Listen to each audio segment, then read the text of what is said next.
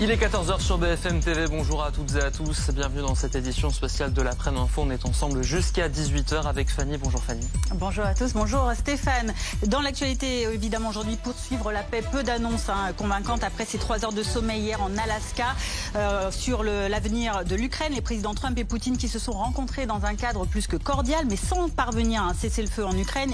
Immédiatement après la réunion, le président américain a appelé Volodymyr Zelensky et les principaux dirigeants européens afin d'aller plus loin. Le président ukrainien qui sera reçu lundi à Washington. Décryptage de cette rencontre historique avec nos envoyés spéciaux aux États-Unis, en Russie et en Ukraine, ainsi que nos spécialistes en plateau. Avec nous en plateau justement Hugues Pernet, premier ambassadeur de France en Ukraine, auteur d'Aux origines de la guerre, journal du premier ambassadeur de France en Ukraine. C'est aux éditions Flammarion. Bonjour. Bonjour. Et merci d'être avec nous après cette nuit riche, intense. Mais c'est un événement exceptionnel. On va y revenir dans un instant, évidemment, après avoir développé le reste des titres de cet après-midi.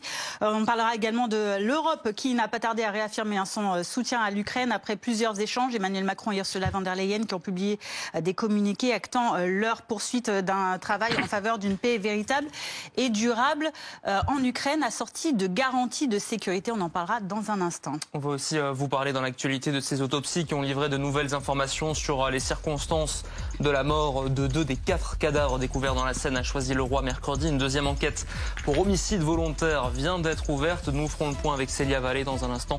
Nous tenterons aussi de comprendre comment travaillent les enquêteurs avec notre invité Marc Roland. Et puis attention également à ces fortes chaleurs toujours présentes dans le sud de la France et en Bretagne. 54 départements en vigilance orange canicule ce samedi et 3 départements en alerte maximale au feu de forêt. Nous retrouvons nos envoyés spéciaux dans les zones les plus à risque. Mais tout d'abord donc ce sommet Pursuing Peace, poursuivre la paix, le sommet russo-américain sur l'avenir de l'Ukraine qui n'a duré que 3 heures au lieu des 6-7 annoncés par le Kremlin. Vladimir Poutine qui a été accueilli avec les honneurs par Donald Trump hier. On en parle avec vous, Laurence Haïm. Vous êtes notre envoyée spéciale. Vous êtes toujours présente à Anchorage, aux États-Unis, après cette rencontre qui, Laurence, a été la dernière fois. On se souvient de cette réception de Volodymyr Zelensky dans le bureau ovale qui s'était très mal terminée. Là, c'était tout autre chose, une toute autre image qui a été montrée hier avec le président Poutine.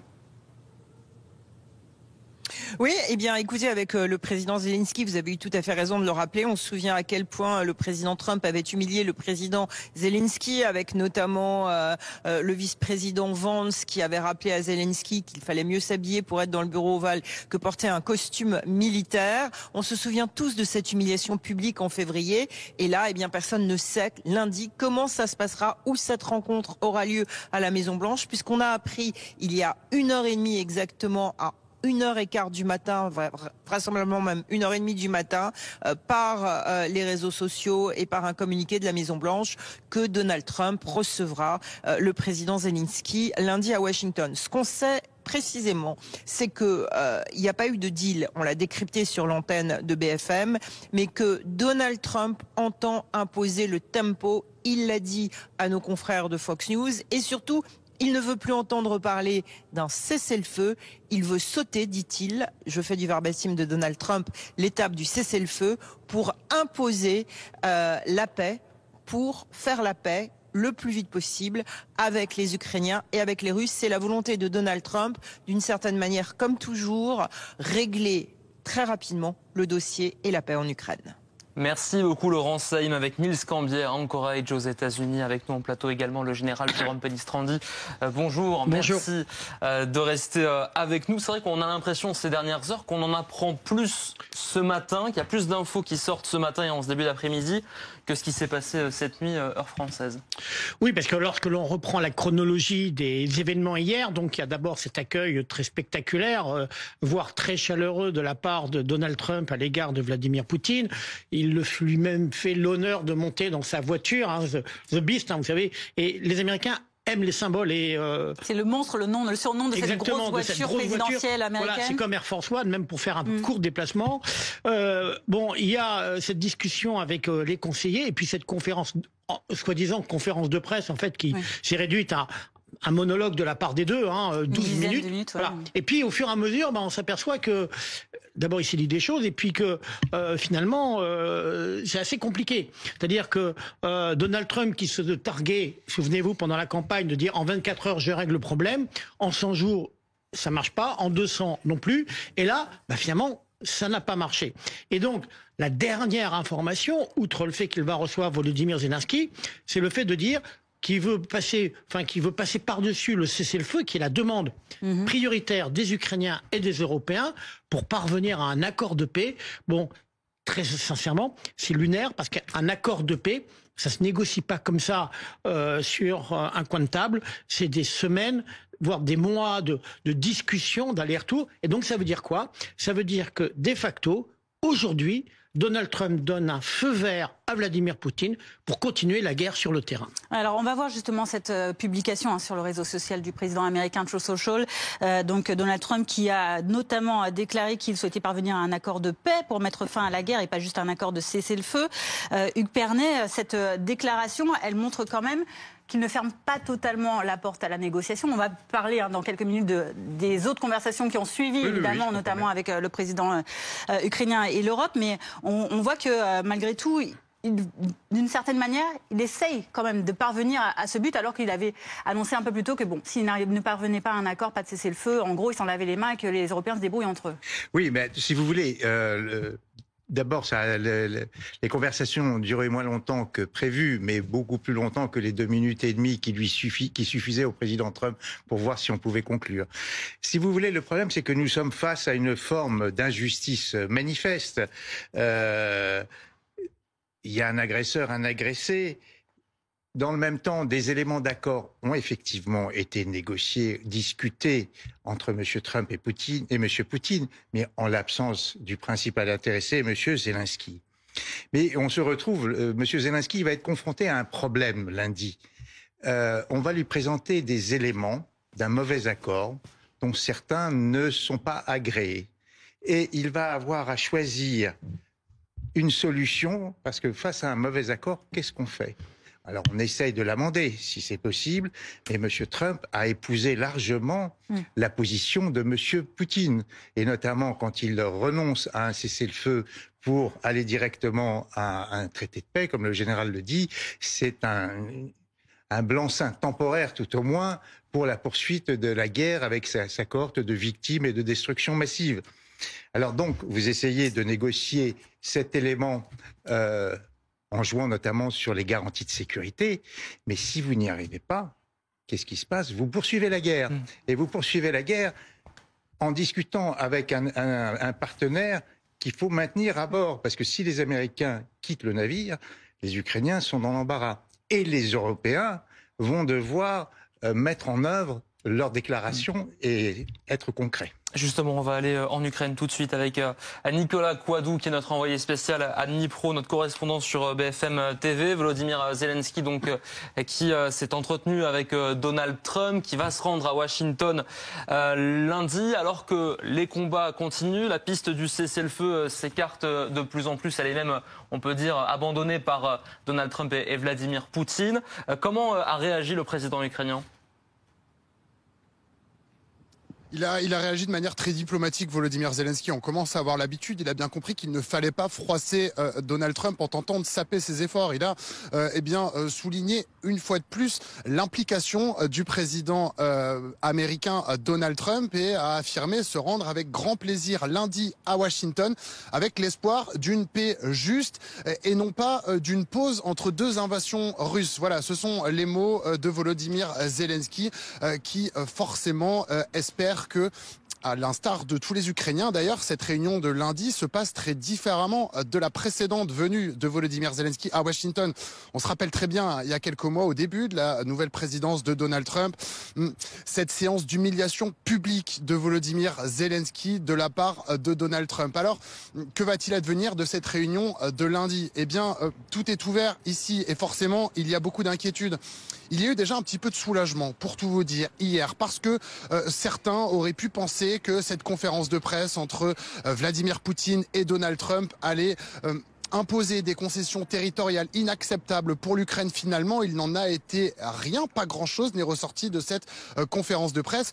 Et même plus loin que ça, Donald Trump a expliqué qu'il fallait s'entretenir avec Volodymyr Zelensky et les Européens pour décider de l'avenir de l'Ukraine. C'est quelque chose qui a globalement rassuré ici les Ukrainiens. En revanche, s'il y a quelque chose qui a particulièrement choqué les habitants ici, c'est l'accueil plus que protocolaire, l'accueil qui a été réservé à Vladimir Poutine, avec ce tapis rouge déroulé, avec, vous l'avez brièvement évoqué, la montée de Vladimir Poutine avec Donald Trump à l'intérieur de cette limousine. Des images qui ont été extrêmement commentées ici en Ukraine, avec notamment une phrase qui a été publiée par un internaute sur les réseaux sociaux qui a été très largement partagée. 100 000 morts, 300 000 mutilés. On parle de Vladimir Poutine et on emmène ce terroriste avec le tapis rouge. L'Amérique ne se remettra jamais de ça. Nicolas Coadou à Dnipro avec Théo Touché, donc sur cette impression ressentie par les Ukrainiens, donc écartés de cette réunion bilatérale hier en Alaska. Alors États-Unis ou Russie, qui ressort grand gagnant de cette rencontre hier à Anchorage, puisque donc l'Ukraine n'était pas présente. L'image du président Poutine, en tout cas on le disait à l'instant, accueilli en grande pompe sur le sol américain, marque une sorte de réhabilitation sur la scène internationale de Vladimir Poutine. Oui, le chef du Kremlin a besoin du soutien économique des États-Unis. Raison peut-être de son invitation à Moscou, lancée à Donald Trump en fin de conférence de presse. Décryptage de cette rencontre historique avec Adrien Spiteri et nos envoyés spéciaux. À son arrivée en Alaska, Vladimir Poutine est accueilli sous les applaudissements de Donald Trump, présent sur un tapis rouge déroulé spécialement pour l'occasion.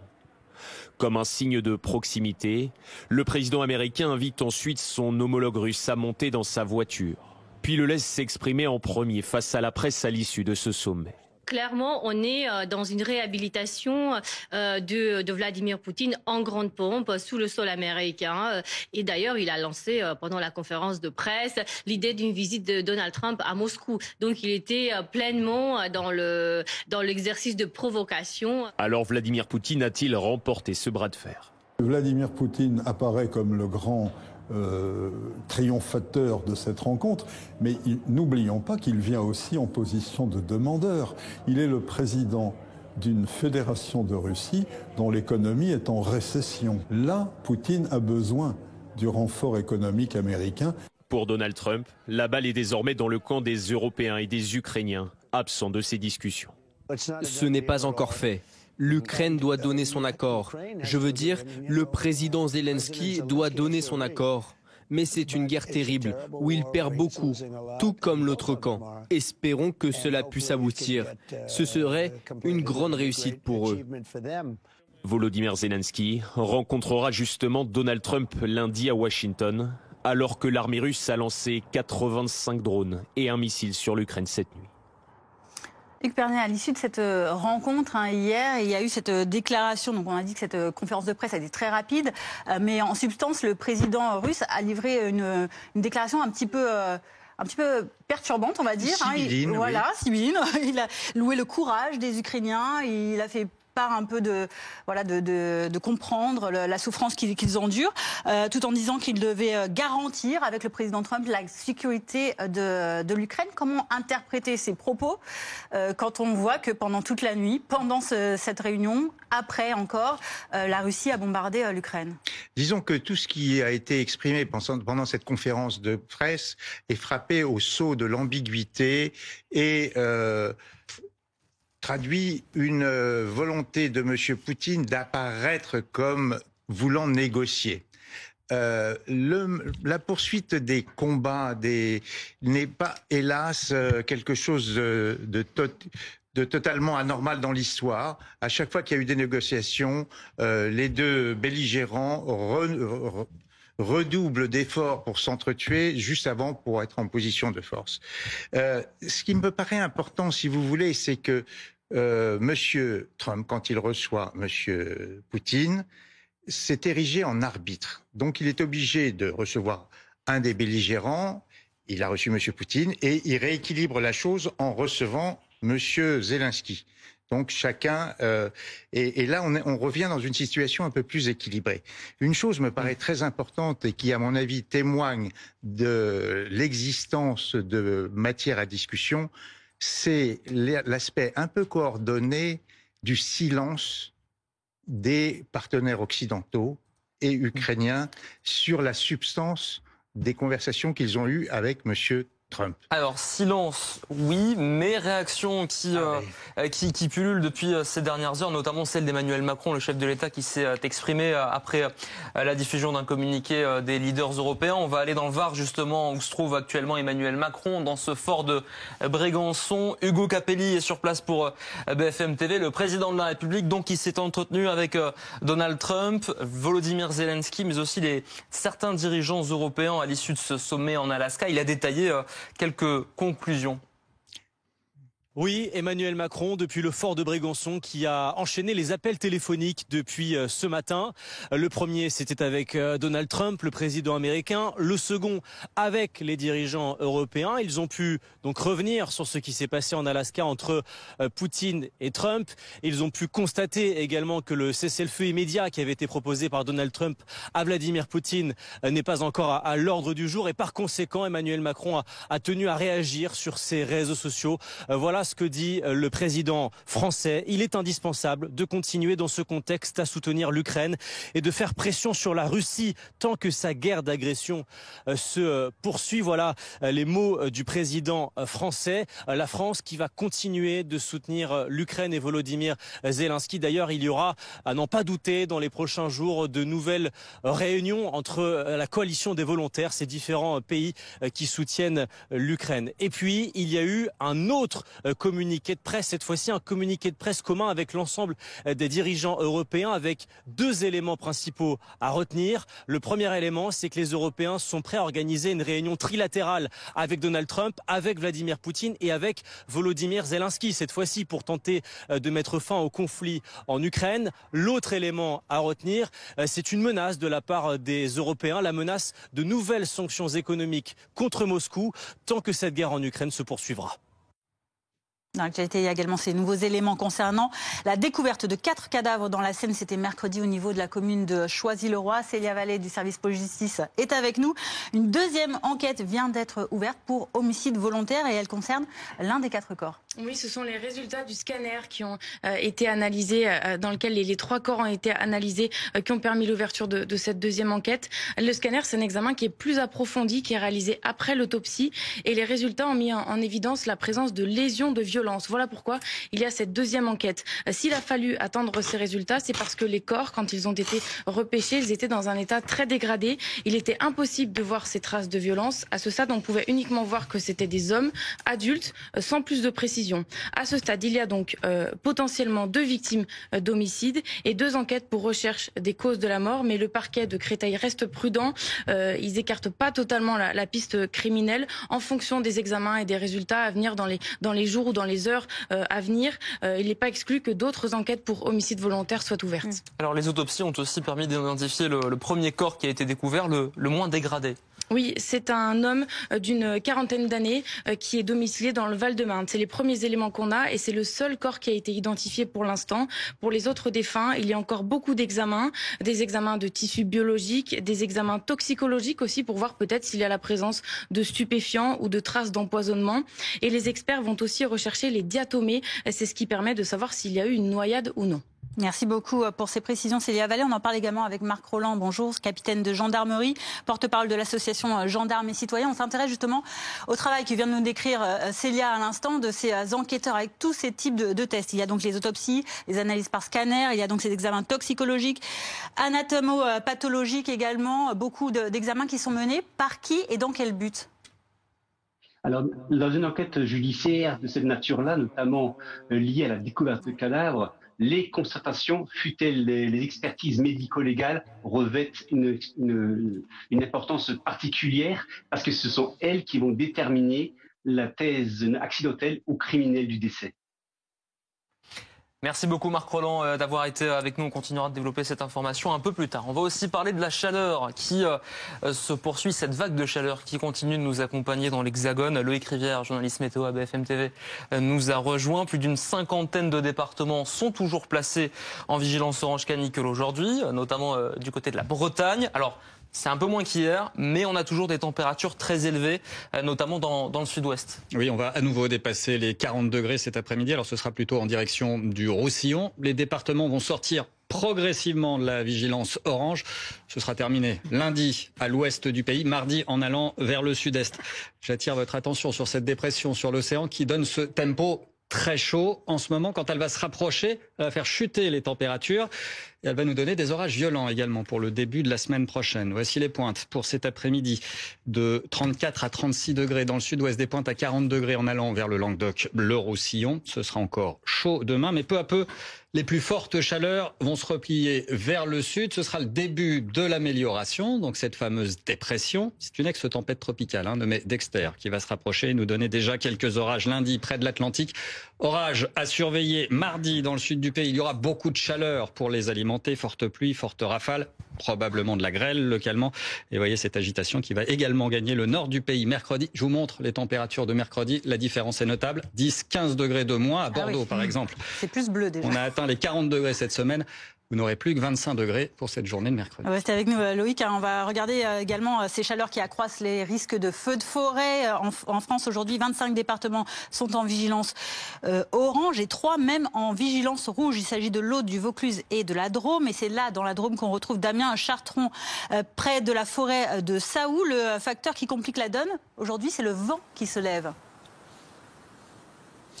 Et oui, le vent s'est levé près de la forêt de Soux. On est juste à côté. On a tourné un sujet ce matin avec Raphaël Blandamour là-bas. Et vous le voyez, la végétation est jaunie, sèche. Évidemment, le vent accentue le risque d'incendie. Les éco-gardes sur ce site très prisé des randonneurs et des promeneurs patrouillent pour faire de la prévention. Écoutez 2 jeunes qui sont redescendus de bivouac qu'on a rencontrés ce matin.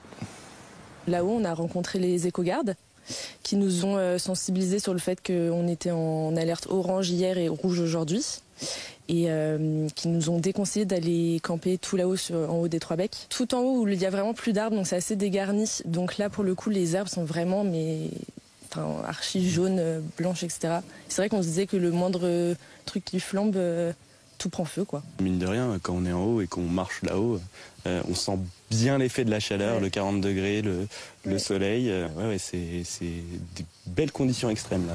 La préfecture de la Drôme pourrait accentuer son plan de prévention contre les feux de forêt en interdisant l'accès aux chemins de randonnée dans cette forêt de Soux, comme ça a déjà été le cas il y a 2 ans. Merci beaucoup Damien Charton avec Raphaël Blandamour, Loïc Rivière, à des risques de feux de forêt donc toujours importants dans le sud de la France. Cette carte se colore de jour en jour avec cette canicule. Vous voyez, pour la journée de demain, 5 départements cette fois-ci seront en vigilance rouge, des Bouches-du-Rhône jusqu'aux Pyrénées-Orientales.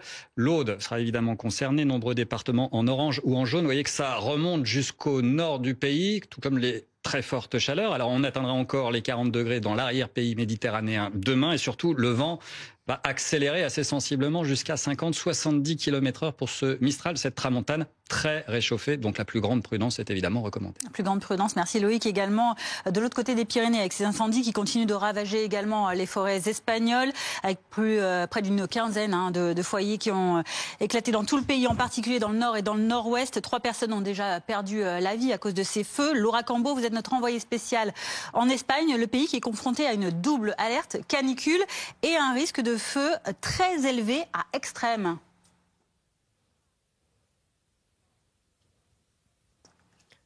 Oui, tout à fait. On s'en rend compte ici en Galice. Nous sommes pas loin du Portugal et il fait déjà actuellement 35 degrés à l'heure où l'on se parle. Ici, les incendies ont déjà ravagé le paysage autour de nous. Vous pouvez d'ailleurs le voir sur ces images. Les flammes qui ont pris il y a environ 2 jours et il y a plusieurs dizaines de milliers d'hectares qui ont complètement brûlé. Les flammes qui sont d'ailleurs allées toucher ce petit village en hauteur, des flammes qui ont brûlé plus d'une dizaine d'habitations. Nous venons actuellement de parler avec plusieurs Espagnols qui sont absolument désemparés. Désormais, ils ne savent pas où ils vont pouvoir dormir. Ils affirment qu'ils se sont retrouvés seuls, sans aucun pompier, sans aucune autorité. En tout cas, la Galice où nous nous trouvons est particulièrement touchée par ces incendies. Il y a plus de 40 000 hectares qui ont été parcourus par les flammes au total. La Galice, c'est une communauté autonome. C'est en son pouvoir de gérer les sapeurs-pompiers et les moyens. Mais voilà, la Galice est complètement débordée. Elle demande l'aide de l'État. l'État central espagnol et l'aide du gouvernement de Pedro Sánchez. En effet, vous le disiez, l'État espagnol qui fait face à plusieurs incendies. Il y en a plus d'une dizaine, plusieurs dizaines d'incendies qui sont actuellement actifs dans tout le pays. Plus de 110 000 hectares qui ont brûlé depuis le début du mois d'août. Laura Cambo en Espagne pour BFM TV avec Mathieu Le Peignet. Vous restez avec nous. L'après-midi info revient dans un instant. On va évidemment revenir sur les toutes dernières informations autour de ce sommet en Alaska entre Donald Trump et Vladimir Poutine. Les informations, mais les réactions aussi. Réaction du chef de l'État français qui demande de maintenir la pression sur la Russie. C'est juste après la pause et la météo sur BFM.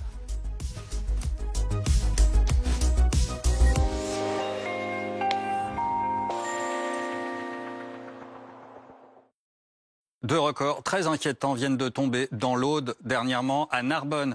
Record de température nocturne élevée à près de 28 degrés au plus bas en tout début de matinée. Et dans le même temps, dans les Corbières, cette fois-ci, on a dépassé les 40 degrés chaque jour.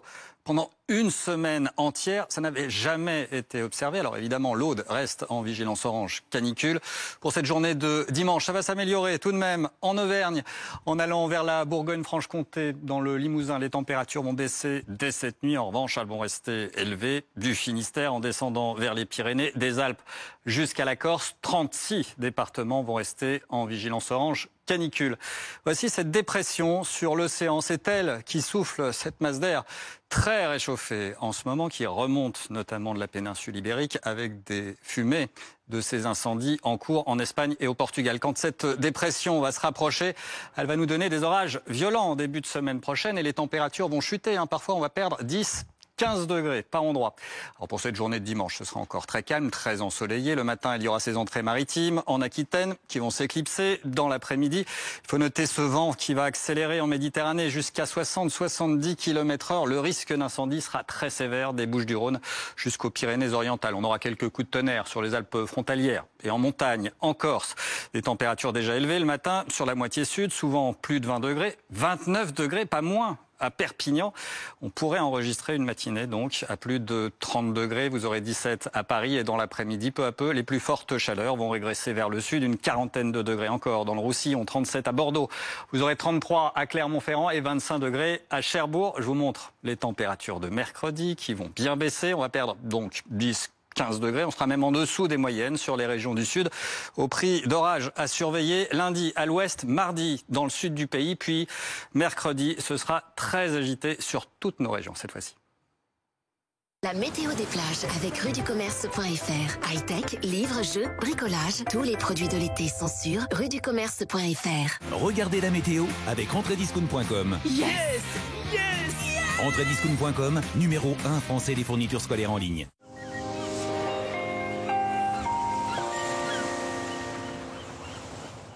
Il va faire très beau, très chaud tout au long du week-end, près des côtes de la Manche. Des températures assez élevées, près de 30 degrés, notamment dans la baie de Saint-Malo. 21 degrés dans l'eau, on a une vingtaine de degrés également à Cherbourg ou à Fécamp. En descendant vers l'océan, les températures vont baisser assez nettement. Au Sable d'Olonne encore 32 degrés, mais à Ourtin, 27 degrés. Là, on a quand même flirté avec les 40 degrés en début de week-end. L'eau est à 20 degrés, 24 degrés sur la côte basque. En Méditerranée, encore de très fortes chaleurs. Sur la route des plages, gare au risque d'incendie ce dimanche, jusqu'à 36 degrés à Marseille.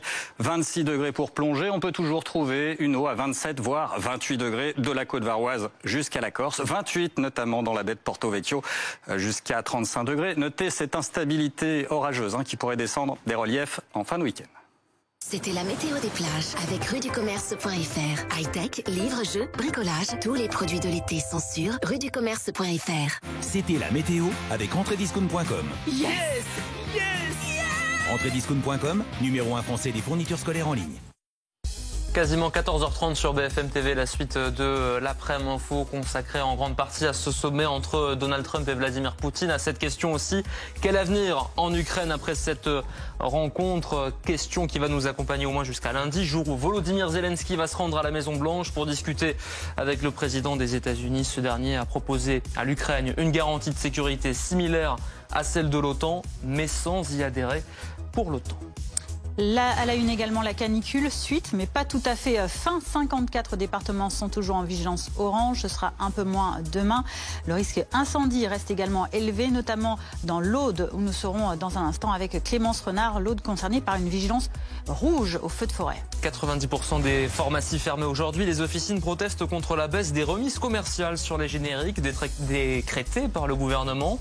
Une mesure dénoncée comme dangereuse pour l'avenir du réseau des officines. Et puis ce nouveau week-end de chassés-croisés sur les routes avec beaucoup de monde dans les deux sens et beaucoup plus de risques d'accidents. 338 personnes sont décédées le mois dernier sur les routes de France métropolitaine.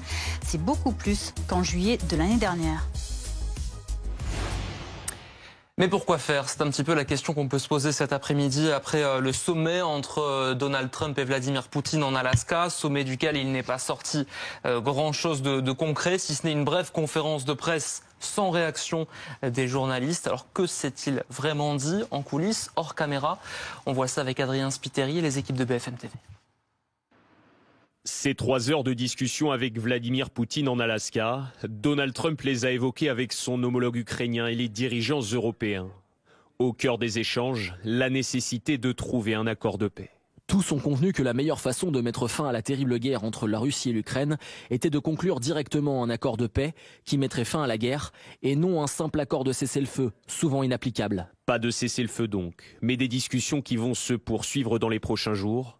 Donald Trump espère une réunion trilatérale avec Kiev et Moscou. Il rencontrera d'abord Volodymyr Zelensky. L'Ukraine réaffirme sa volonté de déployer tous les efforts possibles pour parvenir à la paix. Nous soutenons la proposition du président Trump d'organiser une réunion trilatérale entre l'Ukraine, les États-Unis et la Russie. Lundi, je rencontrerai le président Trump à Washington pour discuter de tous les détails concernant la fin des massacres et de la guerre. Les Européens, de leur côté, saluent les efforts du président américain mais rappellent leur position. Il appartiendra à l'Ukraine de prendre des décisions concernant son territoire. Les frontières internationales ne doivent pas être modifiées par la force. Tant que les tueries se poursuivront en Ukraine, nous sommes prêts à maintenir la pression sur la Russie. Washington a proposé à Kiev des garanties de sécurité similaires à celles de l'OTAN, mais sans adhésion à l'Alliance. Des garanties basées sur l'article 5, qui stipule que si un pays membre est attaqué, tous les autres se portent à son secours. Quant à la Russie, comment réagit-elle à cette rencontre historique sur la forme? Inutile pour l'instant de se poser la question sur le fond, puisque la guerre continue. On va voir ça avec Jean-Didier Revoin, notre correspondant à BFM TV à Moscou. Jean-Didier, Vladimir Poutine rentre-t-il sur ses terres avec une victoire? Alors écoutez, même si il doit certainement être très heureux d'avoir réussi à convaincre Donald Trump, d'avoir rallié Donald Trump à son point de vue sur la façon de résoudre ce qu'il appelle la crise ukrainienne, il se garde de tout triomphalisme. Il n'est d'ailleurs pas rentré directement à Moscou. Il s'est arrêté dans une région d'Extrême-Orient, la Tchoukotka, où il a rencontré le gouverneur de la région. Souvenez-vous déjà qu'en se rendant en Alaska, il s'était arrêté à Magadan, une autre région d'Extrême-Orient russe, où il avait également visité une usine et rencontré le gouverneur de la région. En tout cas, ce qui donne l'impression que Vladimir Poutine veut donner l'impression que quoi qu'il fasse, il garde toujours à l'esprit le souci de son pays, du bien-être de sa population. C'est la raison pour laquelle il discute avec ses gouverneurs qui sont des régions très éloignées de la capitale et qui peuvent lui permettre de donner l'impression qu'il se soucie véritablement des conditions de vie, du bien-être et de l'amélioration du bien-être surtout de la population russe. Quant aux médias, effectivement, il se souligne l'accueil qui a été réservé à Vladimir Poutine en Alaska. Vous l'avez dit, sur le fond, il n'y a pas grand-chose à discuter pour l'instant, dans la mesure où les clauses de l'entretien qui a eu lieu entre Vladimir Poutine et Donald Trump filtrent un peu au compte-gouttes, on a l'impression de dire.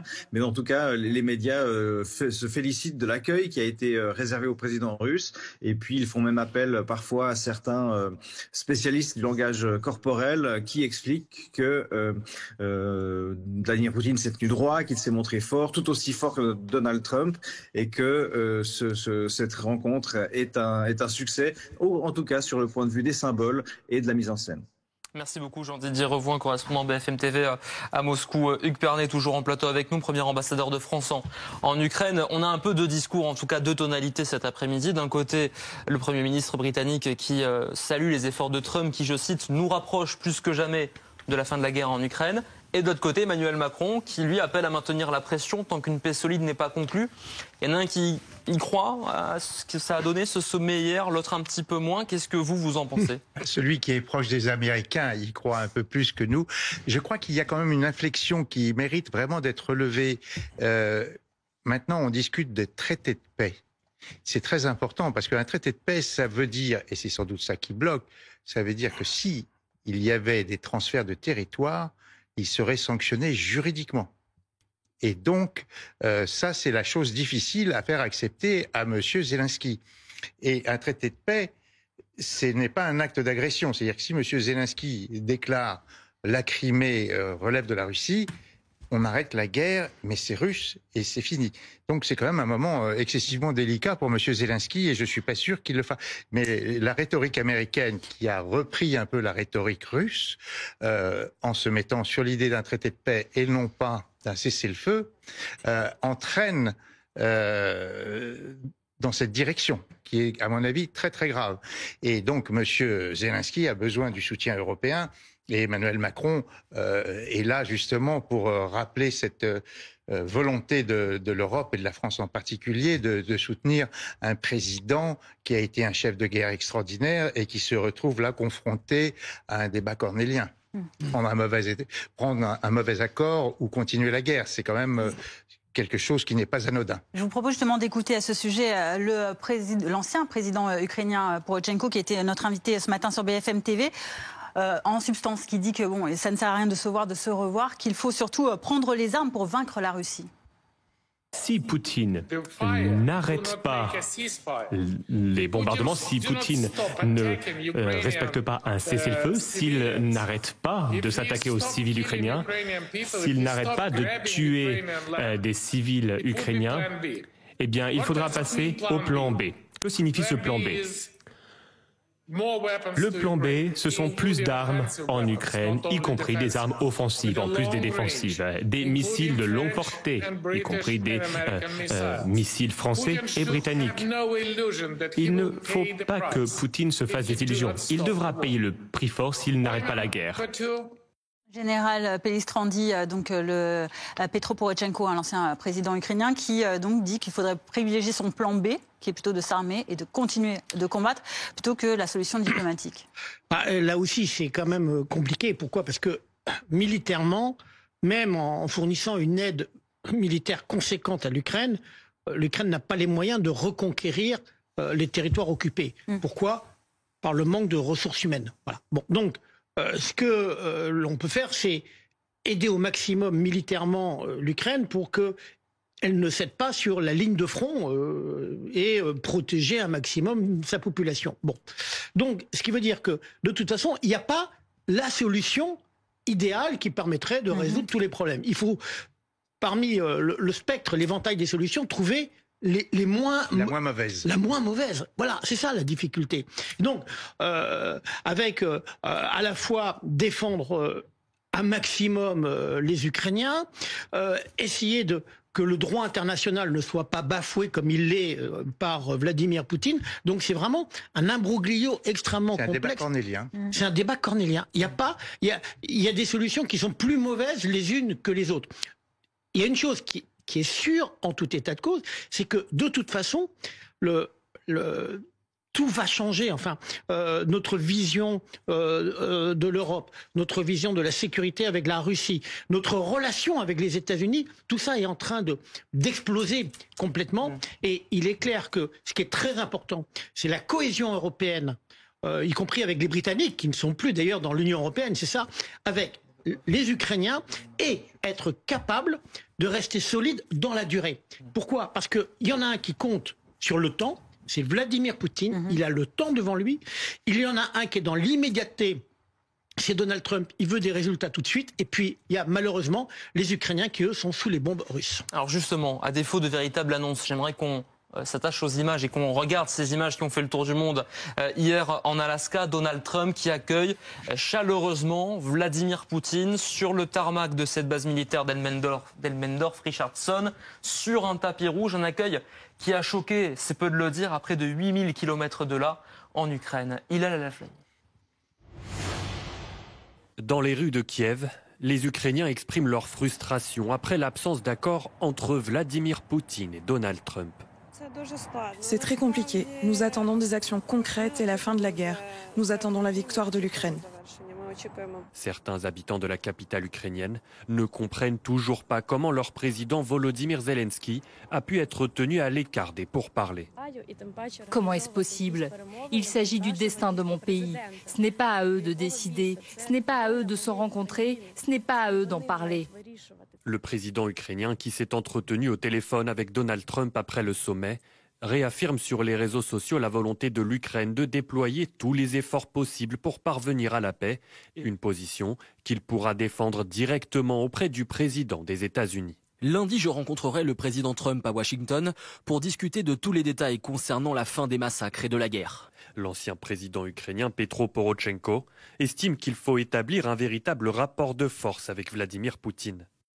J'ai beaucoup négocié avec Poutine. Il ne faut pas lui faire confiance. Nous devons parler avec Poutine, non pas en russe ou en anglais, mais avec le langage de la force. Cela consiste à dire que si Poutine n'arrête pas les bombardements, eh bien il faudra passer au plan B, c'est-à-dire plus d'armes livrées à l'Ukraine, y compris des armes offensives.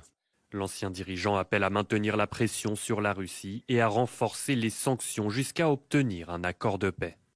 Nous développerons évidemment cette actualité dans notre prochain journal avec cette dernière information. On vous le disait tout à l'heure qu'en tout cas demain, une nouvelle réunion de la coalition des volontaires aurait lieu à 15h, donc en visioconférence. À 14h40 à présent, cette autre actualité. Cet après-midi, le risque d'incendie très élevé dans l'Hexagone avec 3 départements français qui sont placés en vigilance rouge par Météo France. Il s'agit du Vaucluse, de la Drôme et de l'Aude. Demain, ils seront 5. On retrouve Clémence Renard dans le département de l'Aude. Vous êtes à Villassan, où forcément dans ce département qui a vu l'incendie du siècle il y a moins de 2 semaines maintenant, la vigilance est particulièrement extrême aujourd'hui.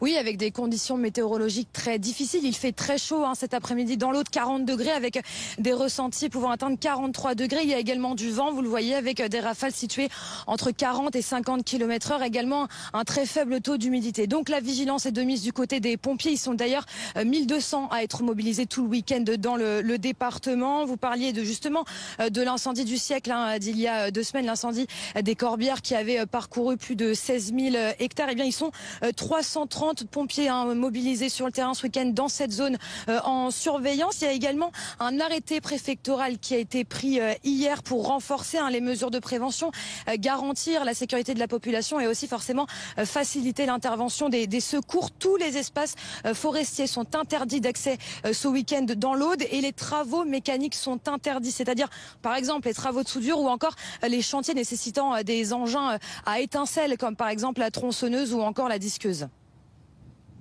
Merci beaucoup Clémence Renard avec William Gay dans l'Aude. La vigilance canicule en parallèle de cette vigilance feu de forêt, elle se poursuit aussi. 54 départements français sont en vigilance orange par Météo France. De la Corse au sud-ouest en passant par le centre et la Côte d'Azur, vous le voyez, sans oublier la Bretagne. Oui, par exemple, dans le Morbihan, la barre des 30 degrés est dépassée cet après-midi. Alors, les vacanciers qui pensaient fuir la chaleur doivent désormais chercher la fraîcheur. Direction Lagacilly, la solution se trouve peut-être dans les canaux de la ville. Reportage de Frédéric Fernandez, Laurine Velay et Léa Morel. Escale bretonne pour ces Lillois en croisière fluviale. Le meilleur moyen, selon eux, de ne pas subir la chaleur. C'est vrai que là, on ne s'attendait pas à ce que le voyage sur l'eau, ait cette vertu aussi rafraîchissante. On a toujours l'impression d'avoir besoin de cette fraîcheur de l'océan. Et puis là, en fait, on est sur des canaux. Et pourtant, voilà, le vent, la nature nous aide à survivre à cette canicule. Alors que le mercure dépasse les 30 degrés en Bretagne, chacun cherche la fraîcheur. Véronique et Hugues ont opté pour une excursion en bateau électrique. Bon, on avait décidé ça hier. On ne savait pas à quel temps il ferait en fait, donc c'est très bien. Je pense qu'on a bien choisi. On est au moins à l'abri du soleil, donc à l'ombre, c'est extra, et puis il y a la fraîcheur de l'eau. 1 heure de balade et de détente, ou presque. Doucement, doucement. Mais oui, mais tu sais quoi, tu vas prendre le volant, mon coco. À quai, la loueuse est ravie. Avec ce temps, toutes ces embarcations sont de sortie. Au mois d'août, ça va mieux par rapport au mois de juillet, en fait, où la météo était très, très fluctuante. Donc, quand il y avait des coups de chaleur, effectivement, j'avais du monde. Après, quand il y en avait moins, et qu'il pleuvait, j'avais personne, quoi, en fait. Et il faut en profiter. Dans le sud de la Bretagne, la chaleur va se maintenir jusqu'en début de semaine, avant de laisser place aux orages.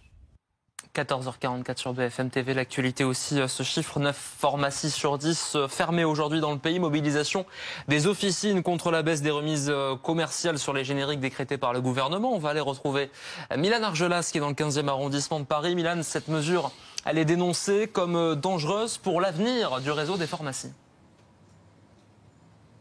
Oui, d'abord concernant justement cette mesure de la baisse des remises accordées aux pharmacies par les laboratoires, elle est actuellement plafonnée, cette remise, à 40%. À partir du 1er septembre, elle sera plafonnée à 30%. C'est donc une mesure en plus qui inquiète les pharmaciens pour leur avenir. Ce sujet de l'inquiétude justement pour leur profession, il est très important chez eux et c'est ce que disent les syndicats. Selon eux, 4000 pharmacies ont fermé sur les 15 dernières années et actuellement, aujourd'hui, toujours selon les syndicats, une pharmacie sur 3 serait en péril. Alors aujourd'hui, les Parisiens constatent que plusieurs pharmacies ont baissé le rideau. C'est le cas justement de celle-ci. Il reste tout de même quelques pharmacies ouvertes. Nous avons pu donc interroger les Parisiens sur les conséquences concrètes de ces fermetures de pharmacies aujourd'hui. Écoutez justement ces témoignages au micro d'Eliott Francom. Je trouve quand il fait s'arranger entre eux qu'il y a une ouverte. Vous voyez, ici, il y en a plein. Mais ils ferment tous le dimanche. Je suis quelqu'un de jeune, donc qui peut marcher assez vite. Je pense que pour les personnes âgées, c'est peut-être aussi beaucoup plus compliqué de se déplacer. Ça a été un peu compliqué. J'ai fait 3 pharmacies dans le quartier pour en trouver une. C'était un petit peu plus compliqué, mais franchement, dans le quartier, ici, il y a beaucoup de pharmacies, donc c'était pas si dur que ça. Nous avons pu échanger avec plusieurs pharmaciens qui ont choisi tout de même d'ouvrir aujourd'hui et tous nous disent qu'ils sont malgré tout solidaires de cette grève mais que pour l'importance de leur chiffre d'affaires, ils sont obligés d'ouvrir aujourd'hui. On le rappelle, 9 pharmacies sur 10 sont fermées aujourd'hui. Merci Milan Argelas. Dans le 15e arrondissement de Paris avec Eliott Francom pour les images. On en parle avec notre invité également, Philippe Besset. Bonjour. Vous êtes président de la Fédération des syndicats pharmaceutiques de France. Il y a donc cette réforme qui, à partir de septembre, plafonnera ces remises sur les médicaments génériques. Elle va passer de 40% à 30% pour arriver à 20% en 2027. On a entendu les conséquences que cela aurait en termes de fermeture d'officines dans les prochaines années qui se poursuivront, qui s'aggraveront.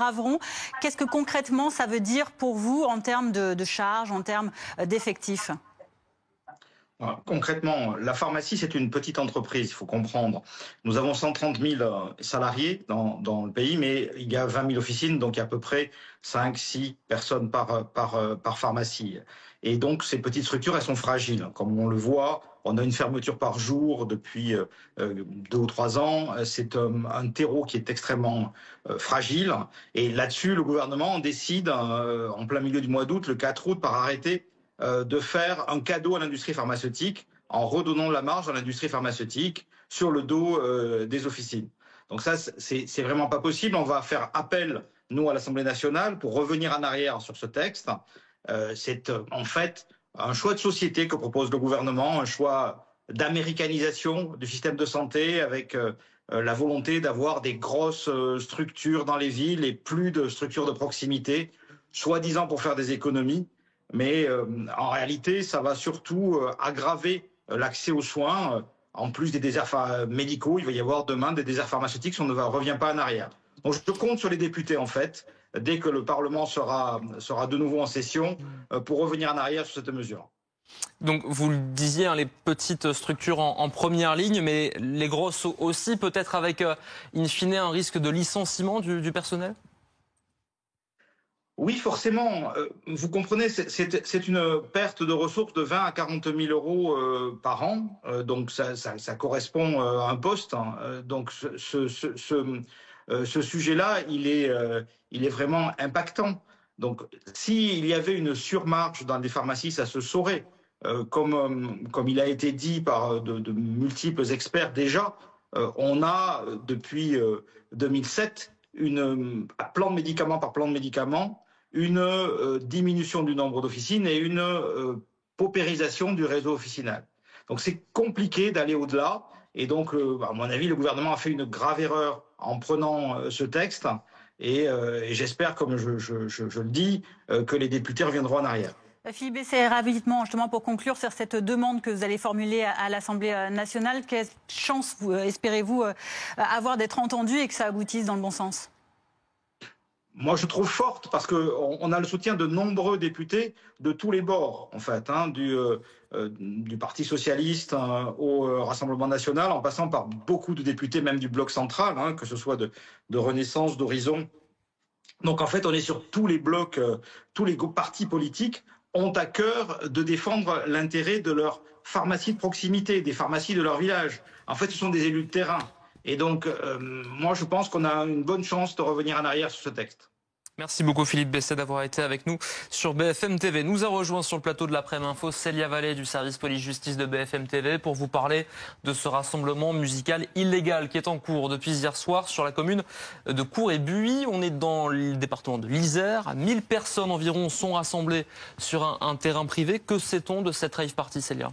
On sait qu'il était interdit ce rassemblement par la préfecture et que les gendarmes ont été pris à partie hier à 23h. En fait, ils étaient en train de contrôler un camion d'individus qui installaient le matériel de sonorisation et rapidement il y a jusqu'à 400 véhicules qui sont arrivés sur les lieux. C'est là que les gendarmes ont été pris à partie, notamment avec des jets de pierre. Un gendarme a été blessé au coude et 5 véhicules ont été dégradés. La rave party, elle est toujours en cours actuellement. Les arrivées continuent, donc les chiffres des participants devraient augmenter. On en comptait 1 millier environ à 5 heures du matin. Cet événement, il était interdit notamment à cause de la canicule et du risque sévère de feu de forêt qui est en cours dans le département de l'Isère. Donc la commune de Cours et Buis et le propriétaire du terrain vont porter plainte et cette rave party, elle pourrait durer jusqu'à dimanche, voire lundi matin. Merci beaucoup à Célia Vallée pour ces précisions. Tout de suite, vos conditions de circulation. L'infotrafic avec la nouvelle appli Coyote pour éviter les amendes et rouler à la bonne vitesse. Coyote, faire la route ensemble.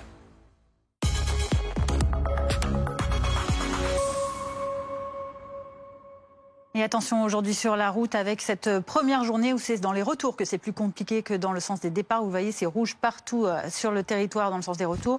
Rouge uniquement dans le sud-est dans le sens des départs, mais ça reste orange évidemment sur le reste du pays. Soyez vigilants. Demain, ça roulera légèrement mieux dans le sens des départs. Ça restera rouge dans le sud-est. Dans le sens des retours, c'est toujours très compliqué. Vous voyez, particulièrement dans le sud-est de la France. C'était l'infotrafic avec la nouvelle appli Coyote pour éviter les amendes et rouler à la bonne vitesse. Coyote, faire la route ensemble.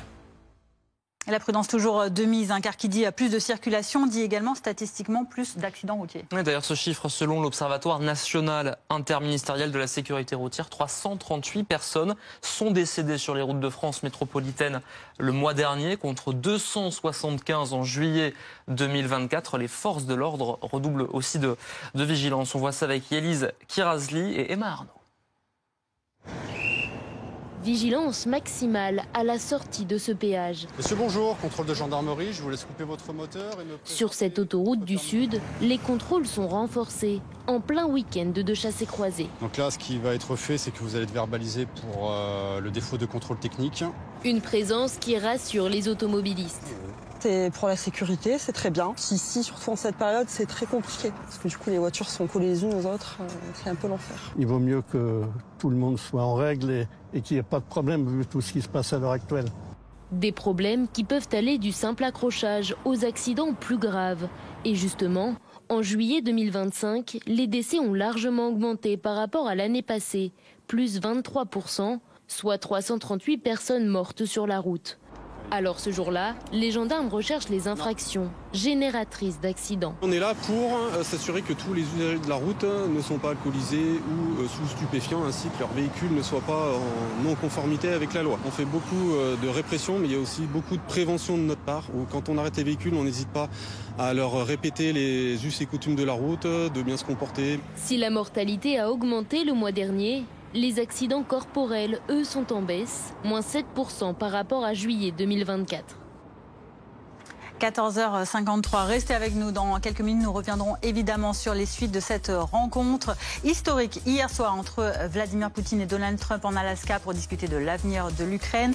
Peu d'annonces à l'issue de ces 3 heures de discussion, peu de concret, si ce n'est la poursuite de discussions, notamment avec le président Zelensky qui sera reçu à Washington lundi. Discussion également du côté de la coalition des volontaires européens qui se réuniront demain à 15h, en présence notamment du président français en visio depuis le fort de Brégançon. On en parle dans un instant, restez avec nous, mais tout de suite, la météo. Ne perdez pas votre surplus d'énergie, la météo avec Fleuron Industrie, installateur de batteries de stockage pour centrales photovoltaïques. La météo avec TGV Inouï. Il ne fait pas beau chez vous ? Le soleil vous attend dans l'une de nos 200 destinations en France et aussi en Europe. Partir un jour. Cet été, partez l'esprit léger. Regardez la météo avec ImaProtect. Alarme et télésurveillance.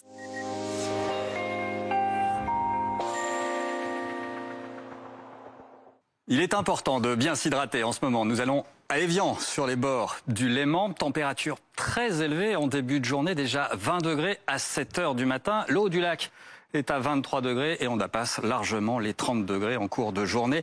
Évidemment, la Haute-Savoie, la Savoie reste en vigilance orange canicule. 54 départements concernés pour aujourd'hui, avec ça remonte jusqu'au Finistère, jusqu'au Morbihan. Ça va s'améliorer tout de même dans le courant de la nuit en Auvergne, sur le Limousin, en Bourgogne-Franche-Comté. 36 départements seront maintenus tout de même en vigilance orange pour cette journée de dimanche. C'est cette dépression sur l'océan qui souffle le chaud pour l'instant, le froid bientôt avec l'arrivée d'orages violents pour le début de la semaine prochaine. Au moins, les températures ont bien baissé. Pour ce dimanche, on aura beaucoup de soleil. À nouveau, quelques plaques de grisaille à noter sur le Pas-de-Calais en direction des Flandres et plus au sud, en direction de la Nouvelle-Aquitaine. Ces nuages prendront le large. Dans l'après-midi, le soleil va s'imposer. Vous voyez ce voile de nuages élevés tout de même qui va persister en allant vers l'ouest. Ce sont les fumées des incendies ibériques qui remontent le long de l'Atlantique. Le vent va accélérer près de la Méditerranée jusqu'à 70 km/h, d'où ce risque d'incendie très sévère des Bouches-du-Rhône jusqu'aux Pyrénées-Orientales. Nous aurons quelques coups de tonnerre sur les reliefs du sud. Les températures seront déjà très élevées. Le matin, dans l'après-midi, on atteindra les 40 degrés, principalement sur le Roussillon. Vous aurez 37 à Bordeaux, 32 à Lyon et 28 à Paris. Je vous montre les températures de mercredi. Là, on va perdre 10 à 15 degrés en l'espace de quelques jours. C'était la météo avec fleuronindustrie.com.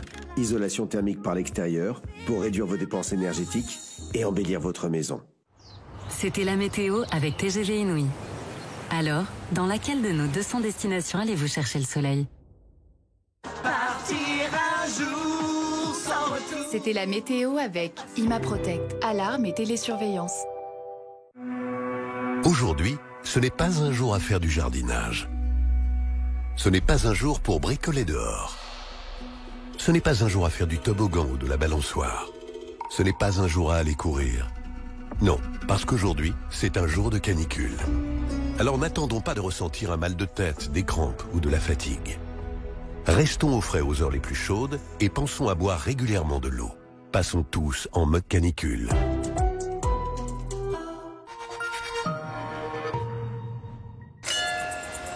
L'ortolan est un fromage tellement doux qu'il attendrit même les plus durs.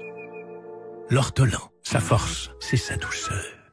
Alors Alicia, comment fait-on pour perdre du poids? En théorie, c'est très simple. Il faut un déficit calorique pour créer un choc pondéral, à savoir consommer moins de calories qu'on en dépense. Ouais, mais en pratique? En pratique, il faut faire les courses, il faut cuisiner, peser les quantités. Et c'est là que Comme J'aime fait toute la différence. Effectivement. Fini la charge mentale, tout est clé en main. Et je peux vous dire que ça fonctionne, ça marche. J'ai perdu 10 kilos et surtout, je ne les ai jamais repris. Alors commandez-les maintenant. Les repas sont à partir de 3,92 €. Rendez-vous sur commej'aime.fr. Commej'aime.fr. C'est important le .fr. Interesting. Coincé dans un anglais d'enfant? Progressez en anglais avec Babel. C'est le moment de faire le plein d'énergie. Avec Nutribullet, un maximum de nutrition en un minimum d'effort. 7 jours sur 7.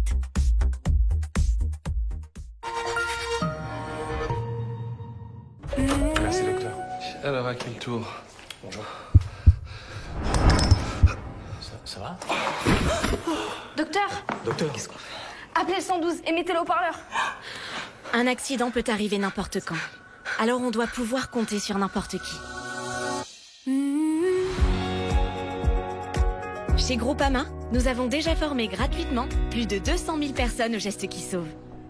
Groupama, toujours là pour moi. Moi, c'est Sandrine, j'ai perdu 21 kilos. Bah moi, avec Comme J'aime, j'ai perdu 11 kilos. Et moi, j'ai perdu 23 kilos. J'aime beaucoup cuisiner, donc je m'étais dit, bon, des plats tout faits. En fait, ils sont très bons, ils sont variés. Moi qui suis gourmande avec les petites touches sucrées, les petites crèmes dessert et tout ça, c'est vrai que c'est quand même appréciable. Enfin, j'étais agréablement surprise parce que je me dis, quand même, il faut manger des lasagnes le soir. Et avec ça, je vais perdre du poids. C'est génial. Alors vous aussi pour perdre du poids, avec de délicieux repas à partir de seulement 3,92 €, rendez-vous sur commej'aime.fr. Ok, c'est une banque sans actionnaire, mais ça reste une banque. Faut qu'elle fasse du chiffre. Oui, t'as raison. Eh ben voilà. Et ce chiffre, c'est celui de la satisfaction client. Oui, bah, elle m'explique mieux que toi. 9 clients sur 10 sont satisfaits du Crédit Mutuel. Crédit Mutuel, une banque qui appartient à ses clients, ça change tout.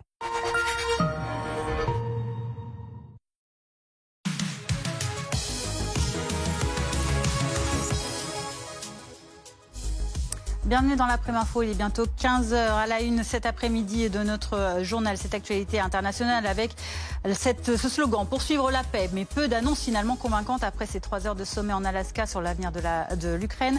Les présidents Trump et Poutine qui se sont rencontrés dans un cadre plus que cordial, mais sans parvenir à une solution de cessez-le-feu pour le moins. Immédiatement après la réunion, le président américain a appelé Volodymyr Zelensky ainsi que les principaux dirigeants européens afin d'aller plus loin. Le président ukrainien qui sera reçu lundi à Washington. Décryptage de cette rencontre dans un instant. L'Europe qui n'a pas tardé à réaffirmer son soutien à l'Ukraine. Après plusieurs échanges, Emmanuel Macron et Ursula von der Leyen ont publié des communiqués actant leur poursuite d'un travail en faveur d'une paix véritable et durable en Ukraine, assortie de garanties de sécurité. Demain, une nouvelle réunion de la coalition des volontaires sera organisée. Ce sera à 15 h en visioconférence. Également à la une, ces autopsies qui livrent de nouvelles informations sur les circonstances de la mort de 2 des 4 cadavres découverts dans la Seine à Choisy-le-Roi mercredi. Une seconde enquête pour homicide volontaire vient d'être ouverte. Nous ferons le point avec Célia Vallée dans un instant et nous tenterons de comprendre comment travaillent les enquêteurs. Attention aux fortes chaleurs, toujours d'actualité dans le sud de la France, mais aussi en Bretagne. 54 départements sont toujours en vigilance orange canicule aujourd'hui. 3 sont en alerte maximale au feu de forêt. Nous serons avec nos envoyés spéciaux dans les zones les plus à risque. Pursuing Peace, donc poursuivre la paix, c'était l'intitulé de ce sommet qui a eu lieu hier en Alaska pour définir l'avenir de l'Ukraine entre le président américain et russe. Il a duré 3 heures au lieu des 6-7 heures annoncées initialement par le Kremlin. Vladimir Poutine qui a été accueilli avec les honneurs par ce Donald Trump qui a descendu ses marches, donc ce tapis rouge de son US Air Force avant de rejoindre donc en même temps le président russe qui est arrivé, de l'inviter après une chaleureuse poignée de main à rentrer communément dans The Beast, la voiture présidentielle américaine. On décrypte ces images avec vous, Laurence Haïm. Vous êtes notre envoyé spécial à Anchorage où s'est tenue cette rencontre historique hier.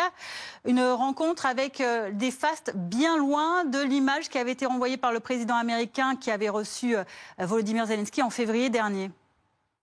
Vous allez précipiter le monde dans la 3e guerre mondiale. On se souvient tous de cette scène humiliante fin février dans le bureau ovale au moment où le président Trump s'adressait au président Zelensky devant le vice-président Vance qui rappelait à Zelensky à quel point il était mal habillé dans ce bureau ovale. Alors personne ne sait maintenant ce qui va se passer lundi quand le président Zelensky ira à Washington rencontrer Donald Trump à nouveau pour essayer de mettre fin au conflit ukrainien. Il y a très peu d'informations qui, ici, en plein milieu de la nuit, à Anchorage, nous sont parvenues dans cette salle de presse de la Maison-Blanche. Les reporters accrédités sont très rapidement en route pour Washington pour suivre ce qui va se passer lundi. En tout cas, ce qu'on sait, c'est que la rencontre devrait avoir lieu lundi après-midi en heure américaine, donc lundi soir en heure française. Une rencontre évidemment extrêmement attendue. Et on espère, tous disent déjà certains journalistes américains, que ce sera plus chaleureux qu'en février dernier. Merci beaucoup Laurence avec Nils Cambier à Anchorage. En plateau avec nous Claude Blanche-Maison, ancien ambassadeur de France en Russie, et Masha Kondakova, réalisatrice ukrainienne de documentaire Inner Wars. Bonjour à tous les deux et merci d'avoir accepté notre invitation quelques heures donc après ce sommet à Anchorage. La notion des garanties de sécurité est désormais sur la table. Washington a proposé à Kiev des garanties inspirées de celles de l'OTAN sans pour autant y adhérer à cette alliance. Est-ce que c'est un moindre mal pour les Ukrainiens? Je ne sais pas si c'est un moindre mal. C'est bien qu'en effet on insiste sur les garanties de sécurité pour l'Ukraine. Moi je me demande, mais c'est effectivement probablement mon scepticisme de diplomate, de quelle Ukraine il s'agira. Parce que, évidemment, dans tout ce qu'a pu dire M. Poutine, dans sa très courte allocution à la presse, puisque ce n'était pas une conférence de presse, il n'y avait pas de questions, très courte allocution, il a quand même dit qu'il fallait traiter les causes du conflit. Et pour lui, dans son langage codé, traiter les causes du conflit, ça veut dire peut-être dénazifier le gouvernement, ce qui est évidemment ne correspond à rien, mais dans son esprit, ça correspond à peut-être un changement de pouvoir à Kiev. Alors s'il s'agissait de donner des garanties de sécurité à un pouvoir qui a été changé et rendu plus sympathique aux yeux de Moscou, ça n'a plus aucun intérêt, bien entendu.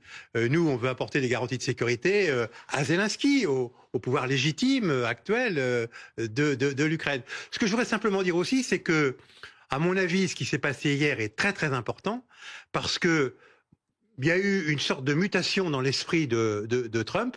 Il est arrivé en disant « je veux un cessez-le-feu ». Un cessez-le-feu sans condition, sec, sans fioriture.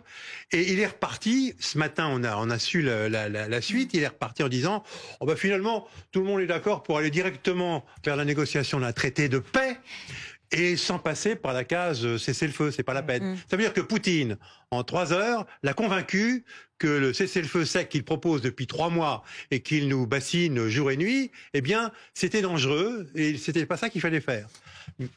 Très fort, Poutine. Masha Kondakova, cette réunion donc hier, et on a entendu donc cette présence, cette invitation lancée à Volodymyr Zelensky à aller dans le bureau ovale lundi. Est-ce qu'on peut s'attendre à une meilleure issue que ce qui est en train de se profiler? Depuis le février 2028, je ne peux pas vous rien garantir. Non. Et même Trump ne peut pas rien garantir. Cette réunion humiliante du président ukrainien. Vous vous souvenez au bureau ovale, oui, quand c'est très mal passé. Vous avez absolument raison, monsieur l'ambassadeur, de dire que Poutine a renversé l'esprit de Trump. Vous avez vu l'image de son visage.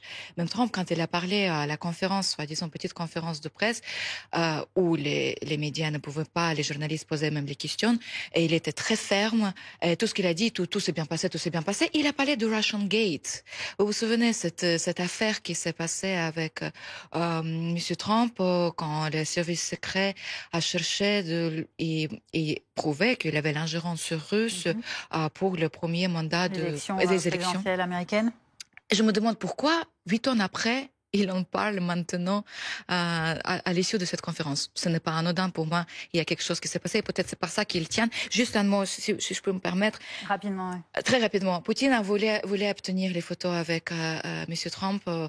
Il a eu. Il voulait enlever les sanctions, en tout cas pas celles-ci que Trump avait promis s'il n'avait pas de cessez-le-feu.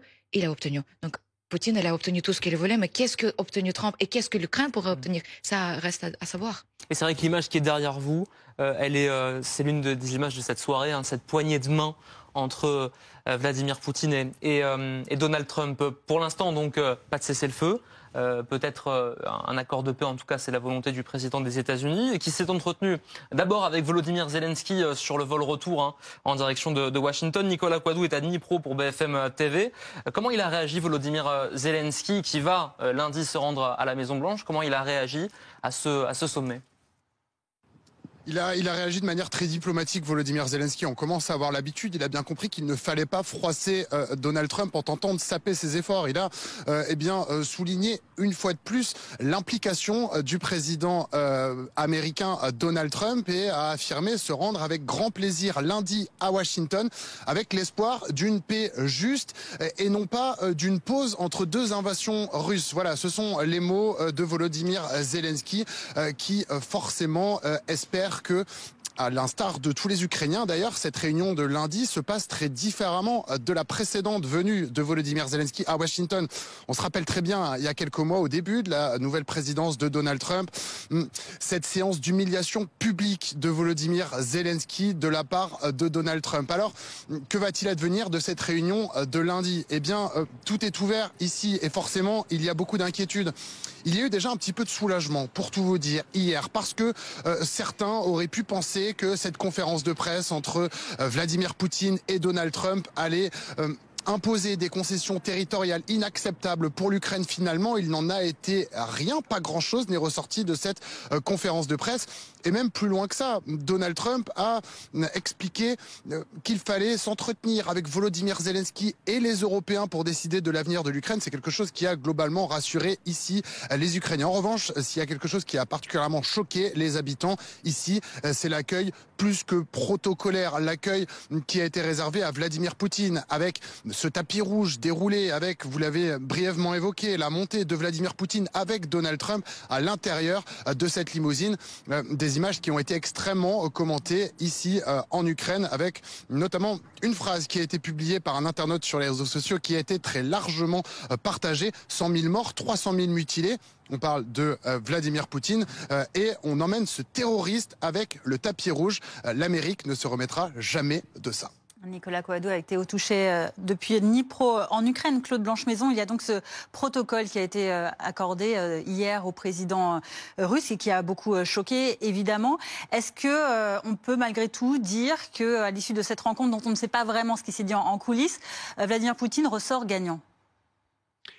En termes d'image, bien sûr, il ressort gagnant parce que il est apparu comme à parité de traitement avec le président du pays le plus puissant du monde.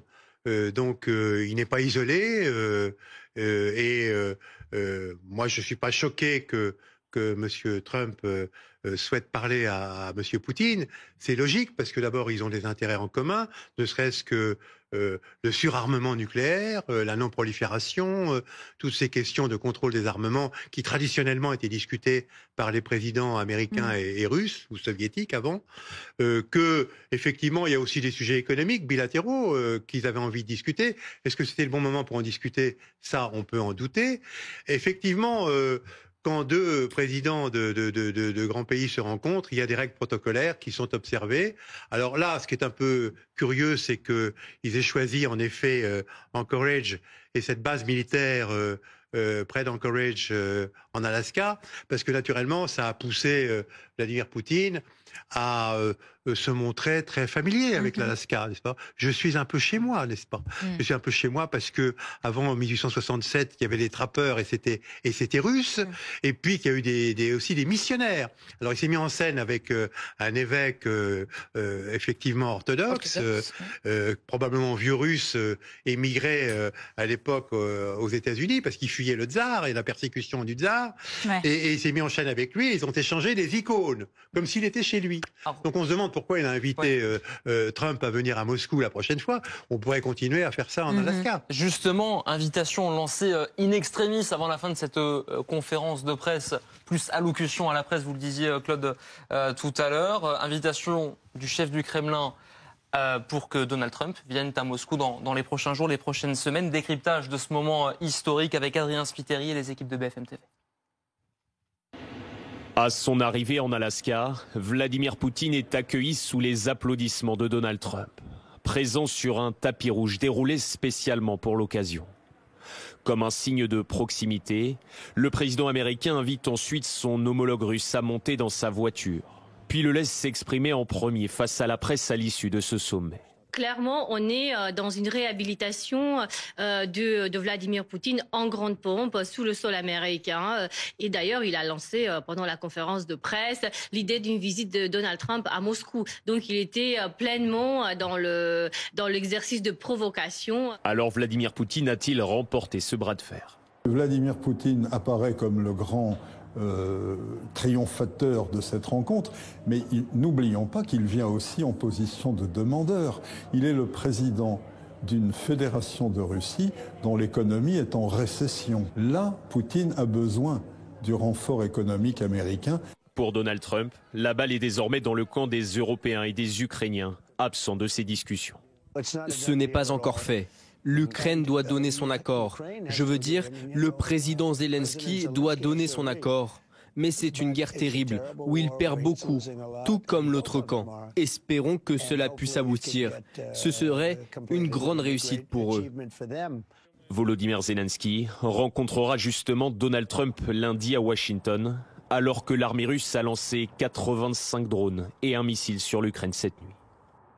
Et à l'issue de ce sommet, Emmanuel Macron ainsi que les dirigeants européens ont insisté sur la nécessité de continuer de faire pression sur la Russie. Hugo Capelli, on vous retrouve à Bormes-les-Mimosas dans le Var, devant le fort de Brégançon où se trouve le président français, puisque demain, aux alentours de 15h, le président français ainsi que le Premier ministre britannique et le chancelier allemand organiseront une réunion en visioconférence des pays membres de cette fameuse coalition des volontaires pour faire avancer le dossier de l'Ukraine.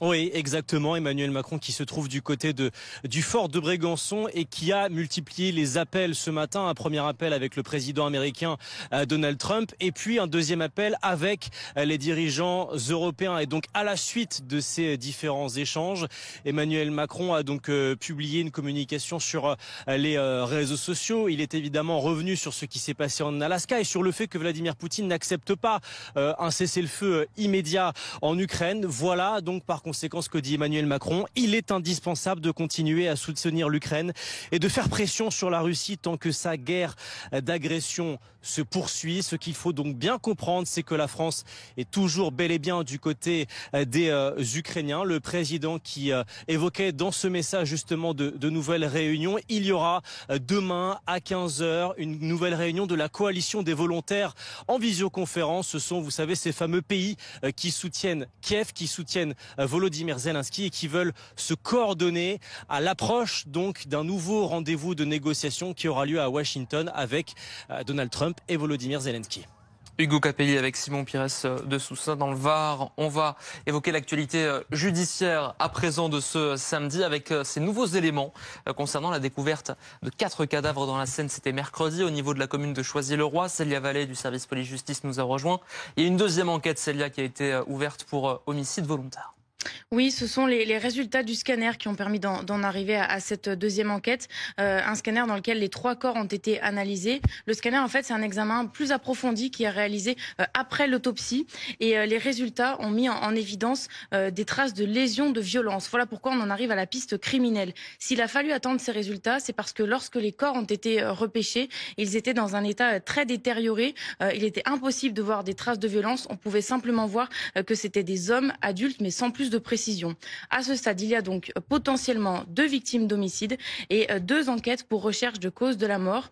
Mais le parquet de Créteil n'écarte pas totalement la piste criminelle pour l'instant. En fonction des examens et des résultats dans les jours à venir, il est possible que des enquêtes pour homicide volontaire soient ouvertes. Et Célia, il y a également ces autopsies qui ont permis d'identifier le premier corps qui avait été découvert, celui qui était le moins détérioré. Oui, il s'agit d'un homme d'une quarantaine d'années qui est domicilié dans le Val-de-Marne. C'est les premiers éléments dont on dispose et c'est le seul corps qui a été identifié pour l'instant. Pour les 3 autres défunts, il reste encore de nombreux examens, des examens de tissus biologiques, des examens sur la toxicologie. Peut-être il y avait de la présence de stupéfiants ou de traces d'empoisonnement.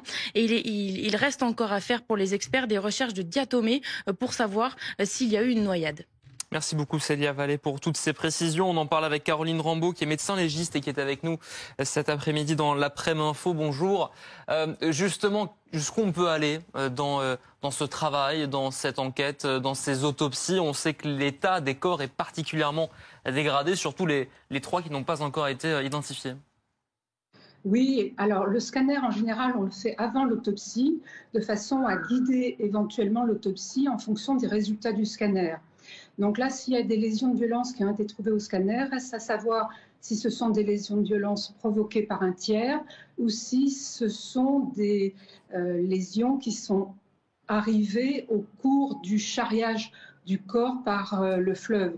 En effet, quand un corps est dans une rivière, dans un fleuve, il y a des éléments qui flottent également et qui peuvent le traumatiser. Donc, reste à savoir si ces nouveaux éléments correspondent bien à l'action d'un tiers ou bien si c'est des lésions de violence de conjoncture, de rencontre du corps au cours de sa dérive. Ce type d'enquête, de recherche particulière, hein, elles peuvent prendre combien de temps à des médecins légistes? Est-ce que c'est long comme travail? C'est relativement long, mais normalement, ils doivent déjà avoir une bonne idée en fonction des lésions qui ont été trouvées au scanner et de ce qu'ils ont trouvé à l'autopsie. Même si l'autopsie était très difficile parce que les corps étaient très abîmés, on arrive quand même à retrouver les lésions qui sont vues au scanner et à savoir si ce sont des lésions qui sont produites du vivant, du sujet ou bien post-mortem. Merci beaucoup Caroline Rambaud pour votre éclairage. Peut-être encore avant de vous laisser, si vous voulez bien, travailler, enfin nous expliquer justement le travail de ces enquêteurs, vos services aussi. Est-ce que ce genre de situation relève entre guillemets de... Est-ce que c'est courant de retrouver comme ça simultanément 4 corps qui sont immergés depuis peut-être plusieurs jours, plusieurs semaines, dans la Seine en l'occurrence? Alors, trouver un corps dans la Seine, c'est très fréquent. En trouver 4 au même endroit, c'est rarissime. C'est peut-être, comme il a été évoqué, le fait du courant et d'une anse, d'un endroit où les corps peuvent s'agglutiner parce qu'il y a des branchages, parce qu'il y a un repli de la Seine. Je ne sais pas, il faut voir la configuration du terrain. Mais en tout cas, c'est tout à fait exceptionnel d'en trouver 4 d'un coup. Merci beaucoup Caroline Rambaud, médecin légiste, d'avoir répondu à nos questions donc, sur cette enquête qui progresse avec donc, cette deuxième enquête qui a été ouverte. On en vient à présent à cette autre actualité, cette vague de chaleur qui se poursuit sur le territoire hexagonal avec 54 départements placés aujourd'hui en vigilance orange à la canicule. Parmi eux, il y a le département de la Haute-Garonne où on vous retrouve Hugo Smag puisque vous êtes à Toulouse où il fait actuellement 39 degrés à l'ombre. S'il fait chaud, on le voit, vous êtes devant sur la place du Capitole, devant la mairie. Justement, qu'est-ce qu'a mis en place la municipalité pour aider les concitoyens à vivre au mieux cette chaleur ? Eh bien, on va aller voir ça tout de suite. Mais d'abord, effectivement, vous avez bien fait de préciser 39 degrés à l'ombre parce que là où nous sommes devant le Capitole, eh bien, il fait beaucoup plus chaud. Ici, c'est un îlot de chaleur très important. Alors, le ressenti est largement au-dessus déjà des 40 degrés. Alors, qu'est-ce qui a été installé sur cette place du Capitole notamment? Eh bien, vous pouvez le voir sur ces images de Joanne de Marle, des ombrières, des grandes ombrières qui ont été installées sur cette place pour permettre, eh bien, aux Toulousains de trouver un peu de fraîcheur ici. Je suis avec Clément Riquet. Vous êtes conseiller municipal à la mairie de Toulouse et justement vous êtes en charge du plan canicule. Des ombrières comme celle-ci, est-ce qu'on en retrouve que sur cette place ou alors est-ce que les Toulousains peuvent en profiter aussi ailleurs? C'est vrai, il y a 22 ombrières à l'échelle de la ville de Toulouse et la particularité c'est que nous en plaçons là où nous savons où il y a un besoin mais où nous savons que nous ne pouvons pas planter d'arbres. Et justement, vous parlez des arbres, beaucoup se demandent pourquoi sur cette place, par exemple, il n'y a pas de végétalisation. On sait que ça permet aussi de réduire énormément la température. Et là, quand on regarde la place du Capitole, eh bien, à part quelques arbres dans des pots, malheureusement, c'est vraiment un îlot de chaleur très important. C'est vrai que la priorité, c'est de planter des arbres. La place du Capitole, c'est la place emblématique de Toulouse. Elle cumule de nombreuses contraintes par rapport à la plantation d'arbres. L'une d'entre elles, c'est le fait qu'il y a un parking au-dessous qui prend une certaine superficie. Et puis, là où on pourrait planter des arbres éventuellement, on a aussi d'autres contraintes, c'est-à-dire des contraintes architecturales et patrimoniales. Et donc, il y a aussi des enjeux de sécurité parce qu'on accueille beaucoup de manifestations et il y a des marchés, des commerçants. Donc, il y a énormément de contraintes, mais effectivement, le fait qu'il y ait le parking, ça nous contraint fortement. Pour le moment, il se fera du coup se satisfaire de ses ombrières ici, mais la ville de Toulouse est aussi assez engagée pour 2050 parce qu'on sait qu'ici il fait déjà très chaud, que ça risque de ne pas s'améliorer avec le réchauffement climatique. Qu'est-ce qui est prévu du coup pour 2050 ?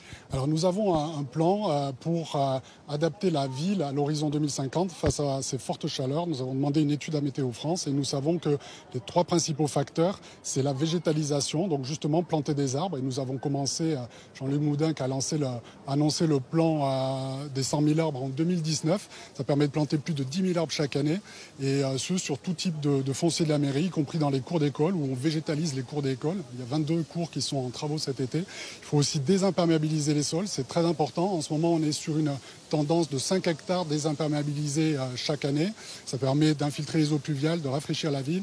Et puis, il y a aussi l'enjeu de l'éclaircissement de la ville. Donc, tous ces objectifs doivent être combinés pour rafraîchir la ville à l'horizon 2050. Merci beaucoup. Alors effectivement, ça c'est à l'horizon 2050 et pour aujourd'hui, eh bien, il y a aussi des mesures qui ont été prises. Les parcs, par exemple, sont ouverts plus tard. La piscine est à 1 € et puis les restaurants pour les seniors qui restent ouverts jusqu'à 18h afin qu'ils puissent, eh bien, rester sous la climatisation à l'air frais. Hugo Smag avec Johan Demar, le bon courage à tous les deux sur cette place du Capitole. Loïc Rivière nous a rejoint en plateau du service météo de BFM TV. Loïc, c'est vrai que c'est dans le sud-ouest où il fait le plus chaud, en tout cas particulièrement chaud cet après-midi. Heureusement qu'il y a les ombrières à Toulouse. Là, pas effectivement, partout, la température relevée est bien de 39 degrés à l'ombre, mais le ressenti pour Hugo en plein soleil est plus proche des 42-43 en réalité. Avec une once d'humidité sur ce secteur, on a relevé 41 degrés à l'ombre. Cette fois-ci, à Saint-Nazaire d'Aude, c'est le 8e jour à plus de 40 degrés sur ce secteur. Ça n'avait jamais été observé. Alors la chaleur va se maintenir jusqu'en début de semaine. Ça va s'améliorer lundi à l'ouest, mardi en allant vers le sud-est grâce à cette dépression qui est au large sur l'océan en ce moment. C'est une goutte froide, c'est l'ex-tempête tropicale Dexter. Alors c'est elle qui nous a apporté cette canicule. C'est aussi notre porte de sortie. Quand elle va se rapprocher, les températures vont chuter avec des orages violents à noter. Alors d'ici là, encore des pointes à plus de 40 degrés pour cet après-midi, des bords de la Garonne jusqu'au bord de la Méditerranée. Demain, peu à peu, la chaleur va se replier vers le sud. Ce sera beaucoup plus respirable jusqu'au bord de Loire en remontant vers la Bretagne. Cela dit, demain, nous aurons toujours 36 départements en vigilance orange canicule de la Bretagne à l'océan, des Pyrénées aux Alpes et jusqu'à la Méditerranée. Les voici. Ces orages à surveiller, ils vont arriver lundi par la façade ouest, puis ils vont progresser.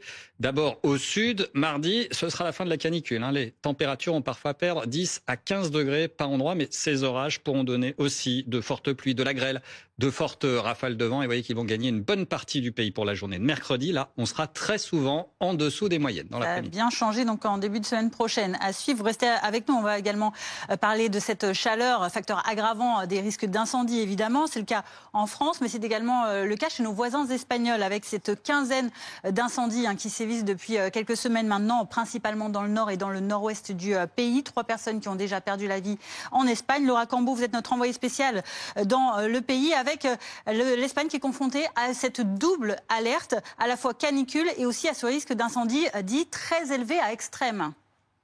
Ce village de Galice, non loin du Portugal, a été touché par les flammes et vous pouvez le voir, elles ont complètement ravagé plusieurs dizaines d'habitations de ce village. Nous avons pu parler avec plusieurs habitants qui nous expliquent que désormais ils ne savent pas où est-ce qu'ils vont pouvoir vivre car les flammes ont complètement dévoré leurs habitations.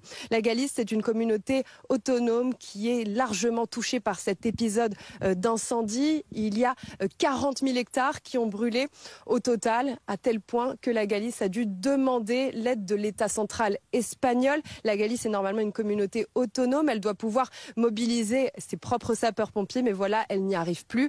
Des communautés autonomes qui demandent l'aide de Madrid, il y en a plusieurs, car l'Espagne fait face à une vague d'incendies depuis 8 jours. Il y a plusieurs dizaines et dizaines d'incendies actifs en ce moment.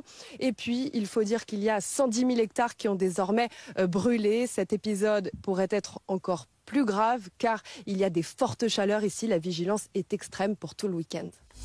Merci beaucoup Laura Cambo. 3 départements aussi concernés de l'autre côté des Pyrénées en France par un risque extrême aux incendies aujourd'hui. Vous restez sur BFM TV, courte pause, la météo et puis on va revenir sur cette réunion que nous avons appris cet après-midi des partenaires européens pour discuter de l'après-sommet entre Donald Trump et Vladimir Poutine. les Européens qui prônent une rencontre incluant cette fois Volodymyr Zelensky. À tout de suite. Ne perdez pas votre surplus d'énergie. La météo avec Fleuron Industrie, installateur de batteries de stockage pour centrales photovoltaïques. La météo avec TGV Inouï. Il ne fait pas beau chez vous? Le soleil vous attend dans l'une de nos 200 destinations en France et aussi en Europe.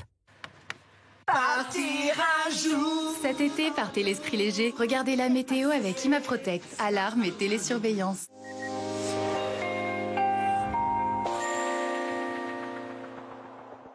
C'est un record qui reste à confirmer, mais qui a de quoi inquiéter. À Narbonne, record de température nocturne avec près de 28 degrés au plus bas ce samedi. Il faut noter également dans l'arrière-pays, dans les Corbières, une semaine entière à plus de 40 degrés. Ça n'avait jamais été observé. Le département de l'Aude reste évidemment en vigilance orange canicule. Il y a également une vigilance rouge pour le risque d'incendie. Pour demain, cette fois-ci, 36 départements seront concernés par cette vigilance orange canicule. Ça va s'améliorer en Auvergne, sur le Limousin et en remontant vers la Bourgogne-Franche-Comté. Il y a cette dépression, cette goutte froide sur l'océan qui va souffler le chaud, le froid. Alors le chaud, d'abord, c'est elle qui va nous apporter des orages potentiellement violents la semaine prochaine, mais au moins les températures ont baissé nettement cette fois-ci. Niveau ciel, pour ce dimanche encore, beaucoup de soleil. Quelques bémols le matin, quelques plaques de grisaille, notamment sur le Pas-de-Calais en direction des Flandres. Et plus au sud, de la Gironde au Pays Basque en allant vers le Gers. Ces nuages prendront le large dans l'après-midi. Ça va se dégager sur une bonne partie du pays. Encore un peu d'instabilité, notamment sur les Alpes frontalières ou alors en montagne en Corse. J'attire votre attention sur le vent qui va accélérer. Mistral tramontane jusqu'à 50-70 km/h en Méditerranée, d'où ce risque d'incendie très sévère, d'ailleurs qui va s'étirer des Pyrénées-Orientales jusqu'aux Bouches-du-Rhône ce dimanche. Là, on aura déjà 29 degrés à Perpignan au petit matin, 21 à Lyon, au Contrée, 17 à Paris. Dans l'après-midi, encore des pointes à 40 degrés, mais principalement sur le Roussillon à nouveau. 40 à Perpignan, vous aurez 37 à Bordeaux, 32 à Dijon et 25 degrés à Cherbourg. Là, on pourra respirer. C'était la météo avec fleuronindustrie.com. Isolation thermique par l'extérieur pour réduire vos dépenses énergétiques et embellir votre maison. C'était la météo avec TGV Inouï. Alors, dans laquelle de nos 200 destinations allez-vous chercher le soleil? Partir un jour sans retour. C'était la météo avec ImaProtect. Alarme et télésurveillance. Quasiment 15h30 sur BFM TV, bel après-midi à vous, merci et bienvenue si vous venez de nous rejoindre dans l'après-midi info en grande partie consacrée à cette question cet après-midi. Quel avenir en Ukraine après la rencontre d'hier entre Donald Trump et Vladimir Poutine en Alaska? Question qui va nous accompagner au moins jusqu'à lundi où Volodymyr Zelensky sera reçu à la Maison-Blanche pour discuter avec le président des États-Unis. Il a proposé à l'Ukraine une garantie de sécurité similaire à celle de l'OTAN sans y adhérer pour autant. À la une également, la canicule en France suite, mais pas tout à fait fin. 54 départements sont encore en vigilance orange canicule aujourd'hui. Ce sera un peu moins demain. Le risque incendie qui reste également élevé, notamment dans 3 départements du sud de la France. Concernant l'Aude, nous y retrouverons Clémence Renard. 9 pharmacies sur 10 fermées aujourd'hui. Les officines protestent contre la baisse des remises commerciales sur les génériques décrétées par le gouvernement. Mesure dénoncée comme dangereuse pour l'avenir du réseau des officines. Et puis sur la route, attention à ce nouveau week-end de chasse et croisée sur les routes. Beaucoup de monde dans les deux sens, surtout dans celui des retours. Beaucoup de risques d'accidents également. 338 personnes sont décédées le mois dernier sur les routes de France métropolitaine. C'est bien plus qu'en juillet de l'année dernière. Mais pourquoi faire? C'est la question qu'on peut peut-être se poser cet après-midi à l'issue de ce sommet, de cette rencontre entre Donald Trump et Vladimir Poutine en Alaska, soirée que vous avez pu suivre sur BFM TV. Sommet duquel il n'est pas sorti véritablement grand-chose, si ce n'est une brève conférence de presse sans les questions des journalistes. Alors que s'est-il vraiment dit, vraiment joué hors caméra? On voit ça avec Adrien Spiteri et les équipes de BFM TV. Ces 3 heures de discussion avec Vladimir Poutine en Alaska, Donald Trump les a évoquées avec son homologue ukrainien et les dirigeants européens. Au cœur des échanges, la nécessité de trouver un accord de paix. Tous ont convenu que la meilleure façon de mettre fin à la terrible guerre entre la Russie et l'Ukraine était de conclure directement un accord de paix qui mettrait fin à la guerre et non un simple accord de cessez-le-feu, souvent inapplicable. Pas de cessez-le-feu donc, mais des discussions qui vont se poursuivre dans les prochains jours. Donald Trump espère une réunion trilatérale avec Kiev et Moscou. Il rencontrera d'abord Volodymyr Zelensky. l'Ukraine réaffirme sa volonté de déployer tous les efforts possibles pour parvenir à la paix. Nous soutenons la proposition du président Trump d'organiser une réunion trilatérale entre l'Ukraine, les États-Unis et la Russie. Lundi, je rencontrerai le président Trump à Washington pour discuter de tous les détails concernant la fin des massacres et de la guerre. Les Européens, de leur côté, saluent les efforts du président américain mais rappellent leur position. Il appartiendra à l'Ukraine de prendre des décisions concernant son territoire. Les frontières internationales ne doivent pas être modifiées par la force. Tant que les tueries se poursuivront en Ukraine, nous sommes prêts à maintenir la pression sur la Russie. Washington a proposé à Kiev des garanties de sécurité similaires à celles de l'OTAN, mais sans adhésion à l'Alliance. Des garanties basées sur l'article 5, qui stipule que si un pays membre est attaqué, tous les autres se portent à son secours. Et du côté de la Russie, comment réagit-on à cette rencontre historique sur la forme? Inutile pour l'instant sur le fond de se poser la question, tant la guerre continue. On va voir ça avec Jean-Didier Rovoin, notre correspondant à Moscou. Jean-Didier, Vladimir Poutine, est-ce qu'il rentre sur ces terres avec une certaine forme de victoire? Alors écoutez, même si il doit certainement être très heureux d'avoir réussi à convaincre Donald Trump, d'avoir rallié Donald Trump à son point de vue sur la façon de résoudre ce qu'il appelle la crise ukrainienne, il se garde de tout triomphalisme. Il n'est d'ailleurs pas rentré directement à Moscou. Il s'est arrêté dans une région d'Extrême-Orient, la Tchoukotka, où il a rencontré le gouverneur de la région. Souvenez-vous déjà qu'en se rendant en Alaska, il s'était arrêté à Magadan, une autre région d'Extrême-Orient russe, où il avait également visité une usine et rencontré le gouverneur de la région. En tout cas, ce qui donne l'impression que Vladimir Poutine veut donner l'impression que quoi qu'il fasse, il garde toujours à l'esprit le souci de son pays, du bien-être de sa population. C'est la raison pour laquelle il discute avec ses gouverneurs qui sont des régions très éloignées de la capitale et qui peuvent lui permettre de donner l'impression qu'il se soucie véritablement des conditions de vie, du bien-être et de l'amélioration du bien-être surtout de la population russe. Quant aux médias, effectivement, ils soulignent l'accueil qui a été réservé à Vladimir Poutine en Alaska. Vous l'avez dit, sur le fond, il n'y a pas grand-chose à discuter pour l'instant, dans la mesure où les clauses de l'entretien qui a eu lieu entre Vladimir Poutine et Donald Trump filtrent un peu au compte-gouttes, on a l'impression de dire. Mais en tout cas, les médias se félicitent de l'accueil qui a été réservé au président russe. Et puis, ils font même appel parfois à certains spécialistes du langage corporel qui expliquent que Vladimir Poutine s'est tenu droit, qu'il s'est montré fort, tout aussi fort que Donald Trump, et que cette rencontre est un succès, en tout cas sur le point de vue des symboles et de la mise en scène. Jean-Didier Rovoin à Moscou pour BFM TV. Macha Kondakova, vous êtes toujours avec nous en plateau. Alors on parlera dans quelques instants de cette réunion demain des partenaires européens entre eux après ce sommet en Alaska. Volodymyr Zelensky qui va être reçu à Washington lundi. On se souvient de la précédente rencontre dans le bureau ovale de la Maison-Blanche, ou du moins devant les caméras. Le risque, c'est que ça retourne à l'humiliation pour le président ukrainien. Est-ce que vous pensez que ça va tourner comme ça ou pas cette fois-ci? Personnellement, je ne pense pas que ça va tourner comme ça parce que Yermak, vous connaissez le travail dans le bureau du président, a mis une veste à la place d'avoir un hoodie. Pardon, je fais une blague. Mais en fait, il sera mieux habillé. C'était la critique que le président américain lui avait fait la dernière fois. Vous vous souvenez que il y avait plein de choses qui s'est très très mal passées. Mais la question est plus importante. Quel est vraiment l'avenir et de quoi ils ont parlé dans le limousine quand ils étaient tous les deux, M. Trump et M. Poutine. Qu'est-ce qu'ils ont véritablement décidé? À quoi il faut que l'Ukraine soit... Parce que ce que m'inquiète sincèrement, c'est quand Trump a dit, de toute façon, il préfère que Zelensky accepte il dit, il faudra que Zelensky accepte le deal et que maintenant c'est l'Europe qui devrait être aussi participer à un moment.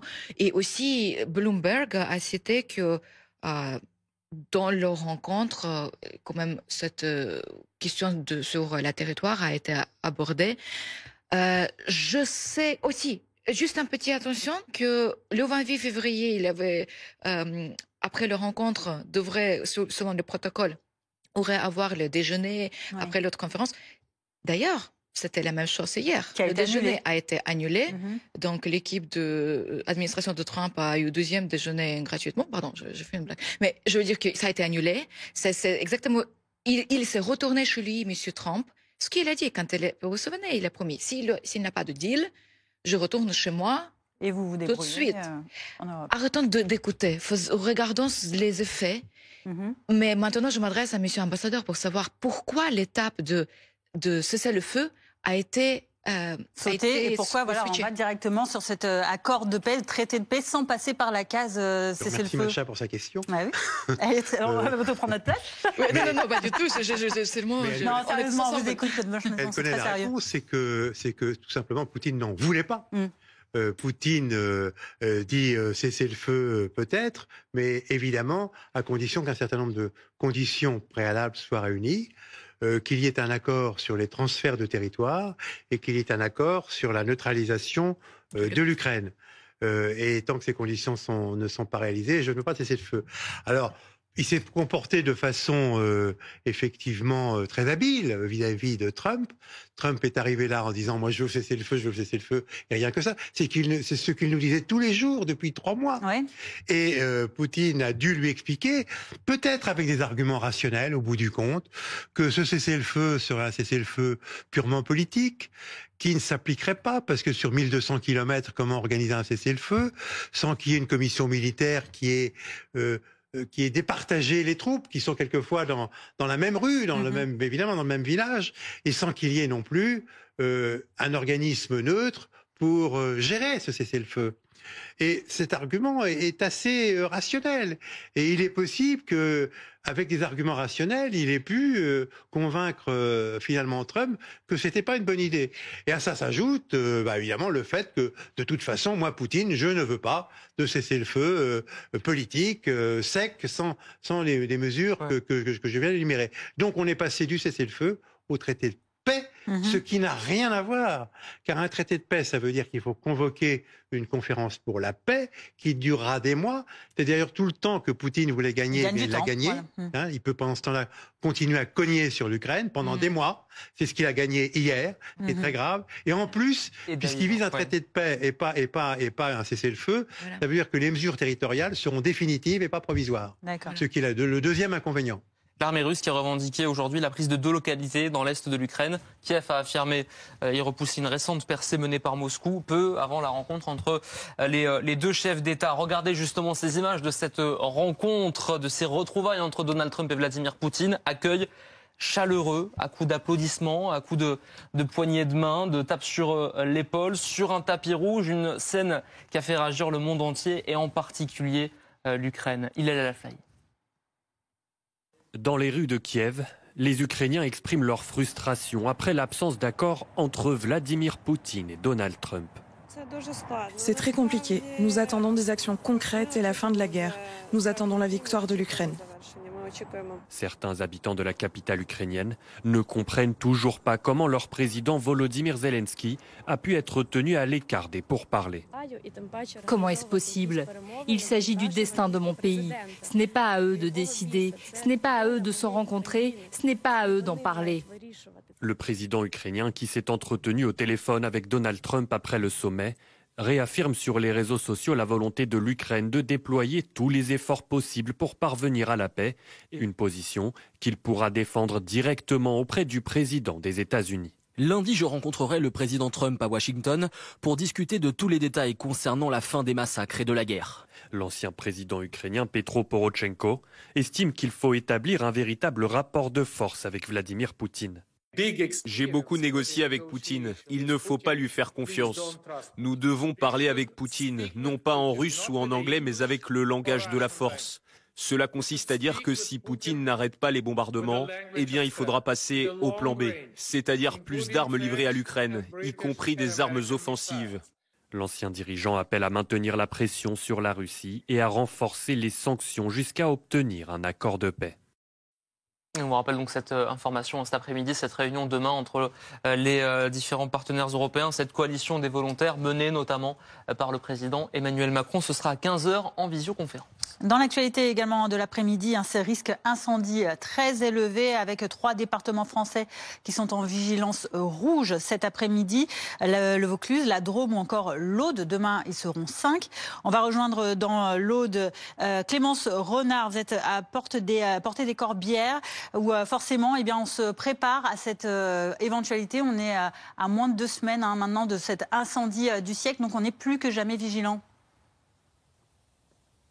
Oui, avec des conditions météorologiques toujours très difficiles. Il fait 40 degrés cet après-midi ici dans l'Aude avec des ressentis à plus de 43 degrés. Il y a également beaucoup de vent avec des rafales situées entre 40 et 50 km/h et un taux d'humidité très faible. Nous, on se trouve avec ceux qui se trouvent en première ligne de cette surveillance. Ce sont les patrouilleurs du comité communal des feux de forêt. On est avec Gilles, vous êtes le coordinateur de cette zone. Bonjour. Alors là, on est dans une zone particulièrement sensible. Vous me disiez en face du massif de Fontfroide qui a d'ailleurs été touché il y a quelques semaines par un important incendie, l'incendie de Bizanet qui avait fait plus de 2000 hectares. Oui, tout à fait. Nous avons eu 5 feux sur le secteur, dont le dernier qui vient de faire 17 000 hectares.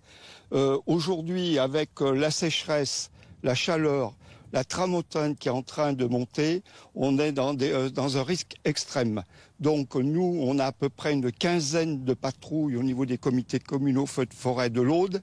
C'est 800 bénévoles qui sont sur le terrain et qui n'ont pas chômé depuis le début de la saison. Donc c'est une saison exceptionnelle pour nous et il y a une immense vigilance de tous les instants. Est-ce que vous pouvez nous expliquer un petit peu vos missions? Vous avez une double casquette parce qu'on l'a vu, votre véhicule. Vous êtes en surveillance des feux de forêt, donc vous travaillez en étroite collaboration avec les pompiers et vous êtes aussi là pour sensibiliser la population, puisqu'on rappelle que dans l'Aude, tous les espaces forestiers sont interdits d'accès ce week-end. Oui, tout à fait. Il y a un arrêté préfectoral qui interdit tous les accès des massifs forestiers et tous les travaux mécaniques. Notre rôle, c'est de la prévention vis-à-vis du public, insister pour ne pas fumer, tout ce qui est barbecue, etc., mais aussi intervenir sur les feux naissants. Cela en liaison avec les pompiers, on est en liaison permanente avec le SLIS 11 qui peut nous alerter ou nous les alerter à la première flamme, à la première fumée. Merci beaucoup d'avoir été avec nous. Voilà les patrouilleurs donc en première ligne qui sont sur le terrain. Vous l'avez dit, vous êtes donc plusieurs centaines à être mobilisés. Du côté des pompiers, ils sont également très nombreux mobilisés sur place ce week-end. Ils sont 1200 au total ce week-end en surveillance dans le département de l'Aude. Clémence Renard avec William Gay dans ce département de l'Aude concerné par l'incendie du siècle il y a moins de 2 semaines, plus de 16 000 hectares parcourus par les flammes et à chaque fois, c'était le cas d'ailleurs pour l'incendie du massif des Corbières, se pose la question des appareils aériens, de la vétusté des Canadair, de leur nombre suffisant ou pas. L'avenir des Canadair pourrait être français justement avec une entreprise qui s'est positionnée pour les remplacer. Commercialisation prévue d'ici 2027. Anaïs Girard avec Margot Vissade. Nous les avions vus traverser le ciel de l'Aude. En quelques secondes seulement, ils sont capables de répandre plusieurs milliers de litres d'eau au-dessus des zones incendiées. Aujourd'hui, un nouvel appareil français est en projet. Il s'appelle Kepler 72. Dans son réservoir, une capacité de 7500 litres d'eau. Alors il transporte un peu plus de 1000 litres de plus qu'un Canadair, effectivement. Il est capable d'assurer le même type de largage que le Canadair, mais il est aussi capable de faire un largage à flot constant. Et ce flot constant permet de faire des postes de retardant, vous savez, le produit rouge que l'on voit sortir des avions bombardiers d'eau. Des interventions plus rapides, plus précises, avec un objectif, compléter la flotte existante, parfois insuffisante, face au nombre départs de feu. En France, par exemple, il faudrait autour de 12 avions comme celui-ci pour assurer la surveillance du territoire les jours de canicule comme aujourd'hui. Autre avantage, réduire considérablement les délais de commercialisation. Sa mise sur le marché est prévue pour juillet 2027. Il y a aujourd'hui urgence à compléter la flotte des avions bombardiers d'eau. Et quand on voit aujourd'hui les dates annoncées de livraison des Canadair, les 2 premiers c'est 2028 et les autres c'est pas avant 2030. Le Kepler 72 est aussi multitâche. Par exemple, il pourra être utilisé pour des missions d'évacuation sanitaire ou le transport de passagers en situation d'urgence. Dans l'actualité à présent, c'est 9 pharmacies sur 10 qui sont fermées aujourd'hui en France pour cause de mobilisation des officines contre la baisse des remises commerciales accordées sur les médicaments génériques et décrétées par le gouvernement. Mylène Argelas, on vous retrouve, vous êtes dans le 15e arrondissement de Paris pour BFM TV avec cette mesure qui est dénoncée comme dangereuse pour l'avenir des réseaux de pharmacies. Oui, il y a deux principales raisons à cette grève qui commence aujourd'hui. D'abord, il y a donc les pharmaciens qui protestent contre cette baisse des remises accordées aux pharmacies par les laboratoires sur l'achat de médicaments génériques. Ce plafond, il est actuellement à 40%. À partir du 1er septembre, il passera à 30%. Et donc, cette mesure, selon les pharmaciens, elle met en péril l'avenir de leur profession. Il y a, selon les syndicats, 4000 pharmacies qui ont fermé sur les 15 dernières années. Toujours selon les syndicats, une pharmacie sur 3 est aujourd'hui en péril. Alors aujourd'hui, les Parisiens constatent qu'il y a de nombreuses pharmacies fermées. C'est le cas justement de celle-ci. Vous allez le voir sur cette image de Dorine Jarnias. Il est très clairement indiqué ici que cette pharmacie est fermée aujourd'hui, justement en lien avec cette grève. Nous avons pu justement interroger certains Parisiens pour savoir justement comment ils s'adaptent à cette grève. Écoutez-les justement, ils étaient au micro d'Eliott Francom. Je trouve quand il fait s'arranger entre eux qu'il y a une ouverte. Vous voyez, ici, il y en a plein. Mais ils ferment tous le dimanche. Je suis quelqu'un de jeune, donc qui peut marcher assez vite. Je pense que pour les personnes âgées, c'est peut-être aussi beaucoup plus compliqué de se déplacer. Ça a été un peu compliqué. J'ai fait 3 pharmacies dans le quartier pour en trouver une. C'était un petit peu plus compliqué, mais franchement, dans le quartier, ici, il y a beaucoup de pharmacies, donc c'était pas si dur que ça. Il y a malgré tout quelques pharmacies qui restent ouvertes aujourd'hui. Et justement, nous avons pu échanger avec certains des gérants qui nous expliquent qu'ils restent ouverts tout simplement pour pouvoir assurer leur chiffre d'affaires, mais qu'ils soutiennent malgré tout le mouvement de grève. On le rappelle, selon les départements, jusqu'à 90% des pharmacies sont fermées aujourd'hui.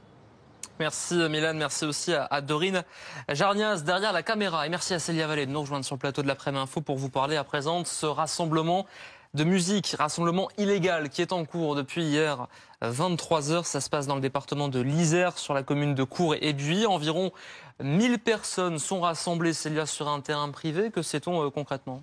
On sait que ce rassemblement a été interdit par la préfecture et que des gendarmes ont été pris à partie. C'était hier autour de 23h. Ils étaient en train de contrôler un camion d'individus qui installaient du matériel sonore pour cette rave party. Plus de 400 véhicules sont arrivés rapidement sur les lieux. Et c'est là que les gendarmes ont été pris à partie, notamment avec des jets de pierre. Donc un gendarme a été blessé au coude et 5 véhicules de gendarmerie ont été dégradés. La rave party, elle est toujours en cours. Actuellement, on dénombrait 1000 personnes à 5h du matin. C'est un chiffre qui va évoluer parce que les participants continuent d'arriver. Donc, il est en cours d'évaluation, ce chiffre. Sur la zone, il y a un hélicoptère qui survole et 40 gendarmes qui sont à terre. Cet événement, il était interdit notamment en raison de la canicule et du risque sévère de feu de forêt qui est actuellement constaté dans le département de l'Isère. La commune de Cours et Buis va porter plainte et le propriétaire du terrain privé va porter plainte également. Tandis que cette rave party, elle va continuer aujourd'hui, demain, voire même lundi matin. Merci beaucoup Célia Vallée. Évidemment, on continuera de suivre cette actualité. Restez avec nous tout de suite, vos conditions de circulation. L'infotrafic avec la nouvelle appli Coyote pour éviter les amendes et rouler à la bonne vitesse. Coyote, faire la route ensemble.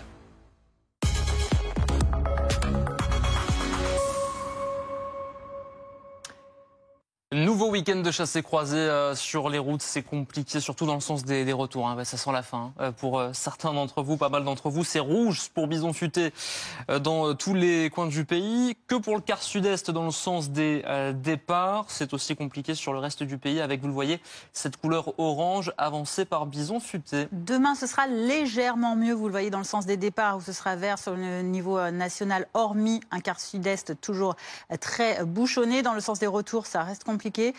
Toujours dans le sud-est également, un peu mieux, mais bon, toujours compliqué un peu au niveau national sur le reste du pays où ça reste orange. Soyez très prudents, respectez surtout les temps de pause, buvez et reposez-vous.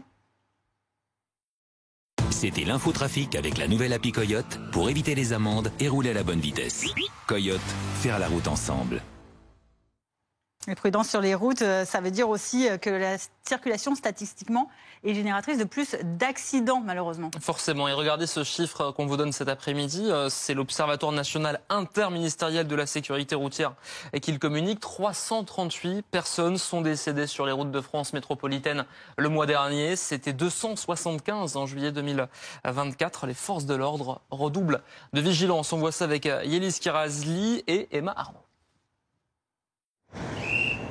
Vigilance maximale à la sortie de ce péage. Monsieur, bonjour, contrôle de gendarmerie, je vous laisse couper votre moteur. Sur cette autoroute du Sud, les contrôles sont renforcés en plein week-end de chassés-croisés. Donc là, ce qui va être fait, c'est que vous allez être verbalisé pour le défaut de contrôle technique. Une présence qui rassure les automobilistes. C'est pour la sécurité, c'est très bien. Ici, surtout en cette période, c'est très compliqué. Parce que du coup, les voitures sont collées les unes aux autres.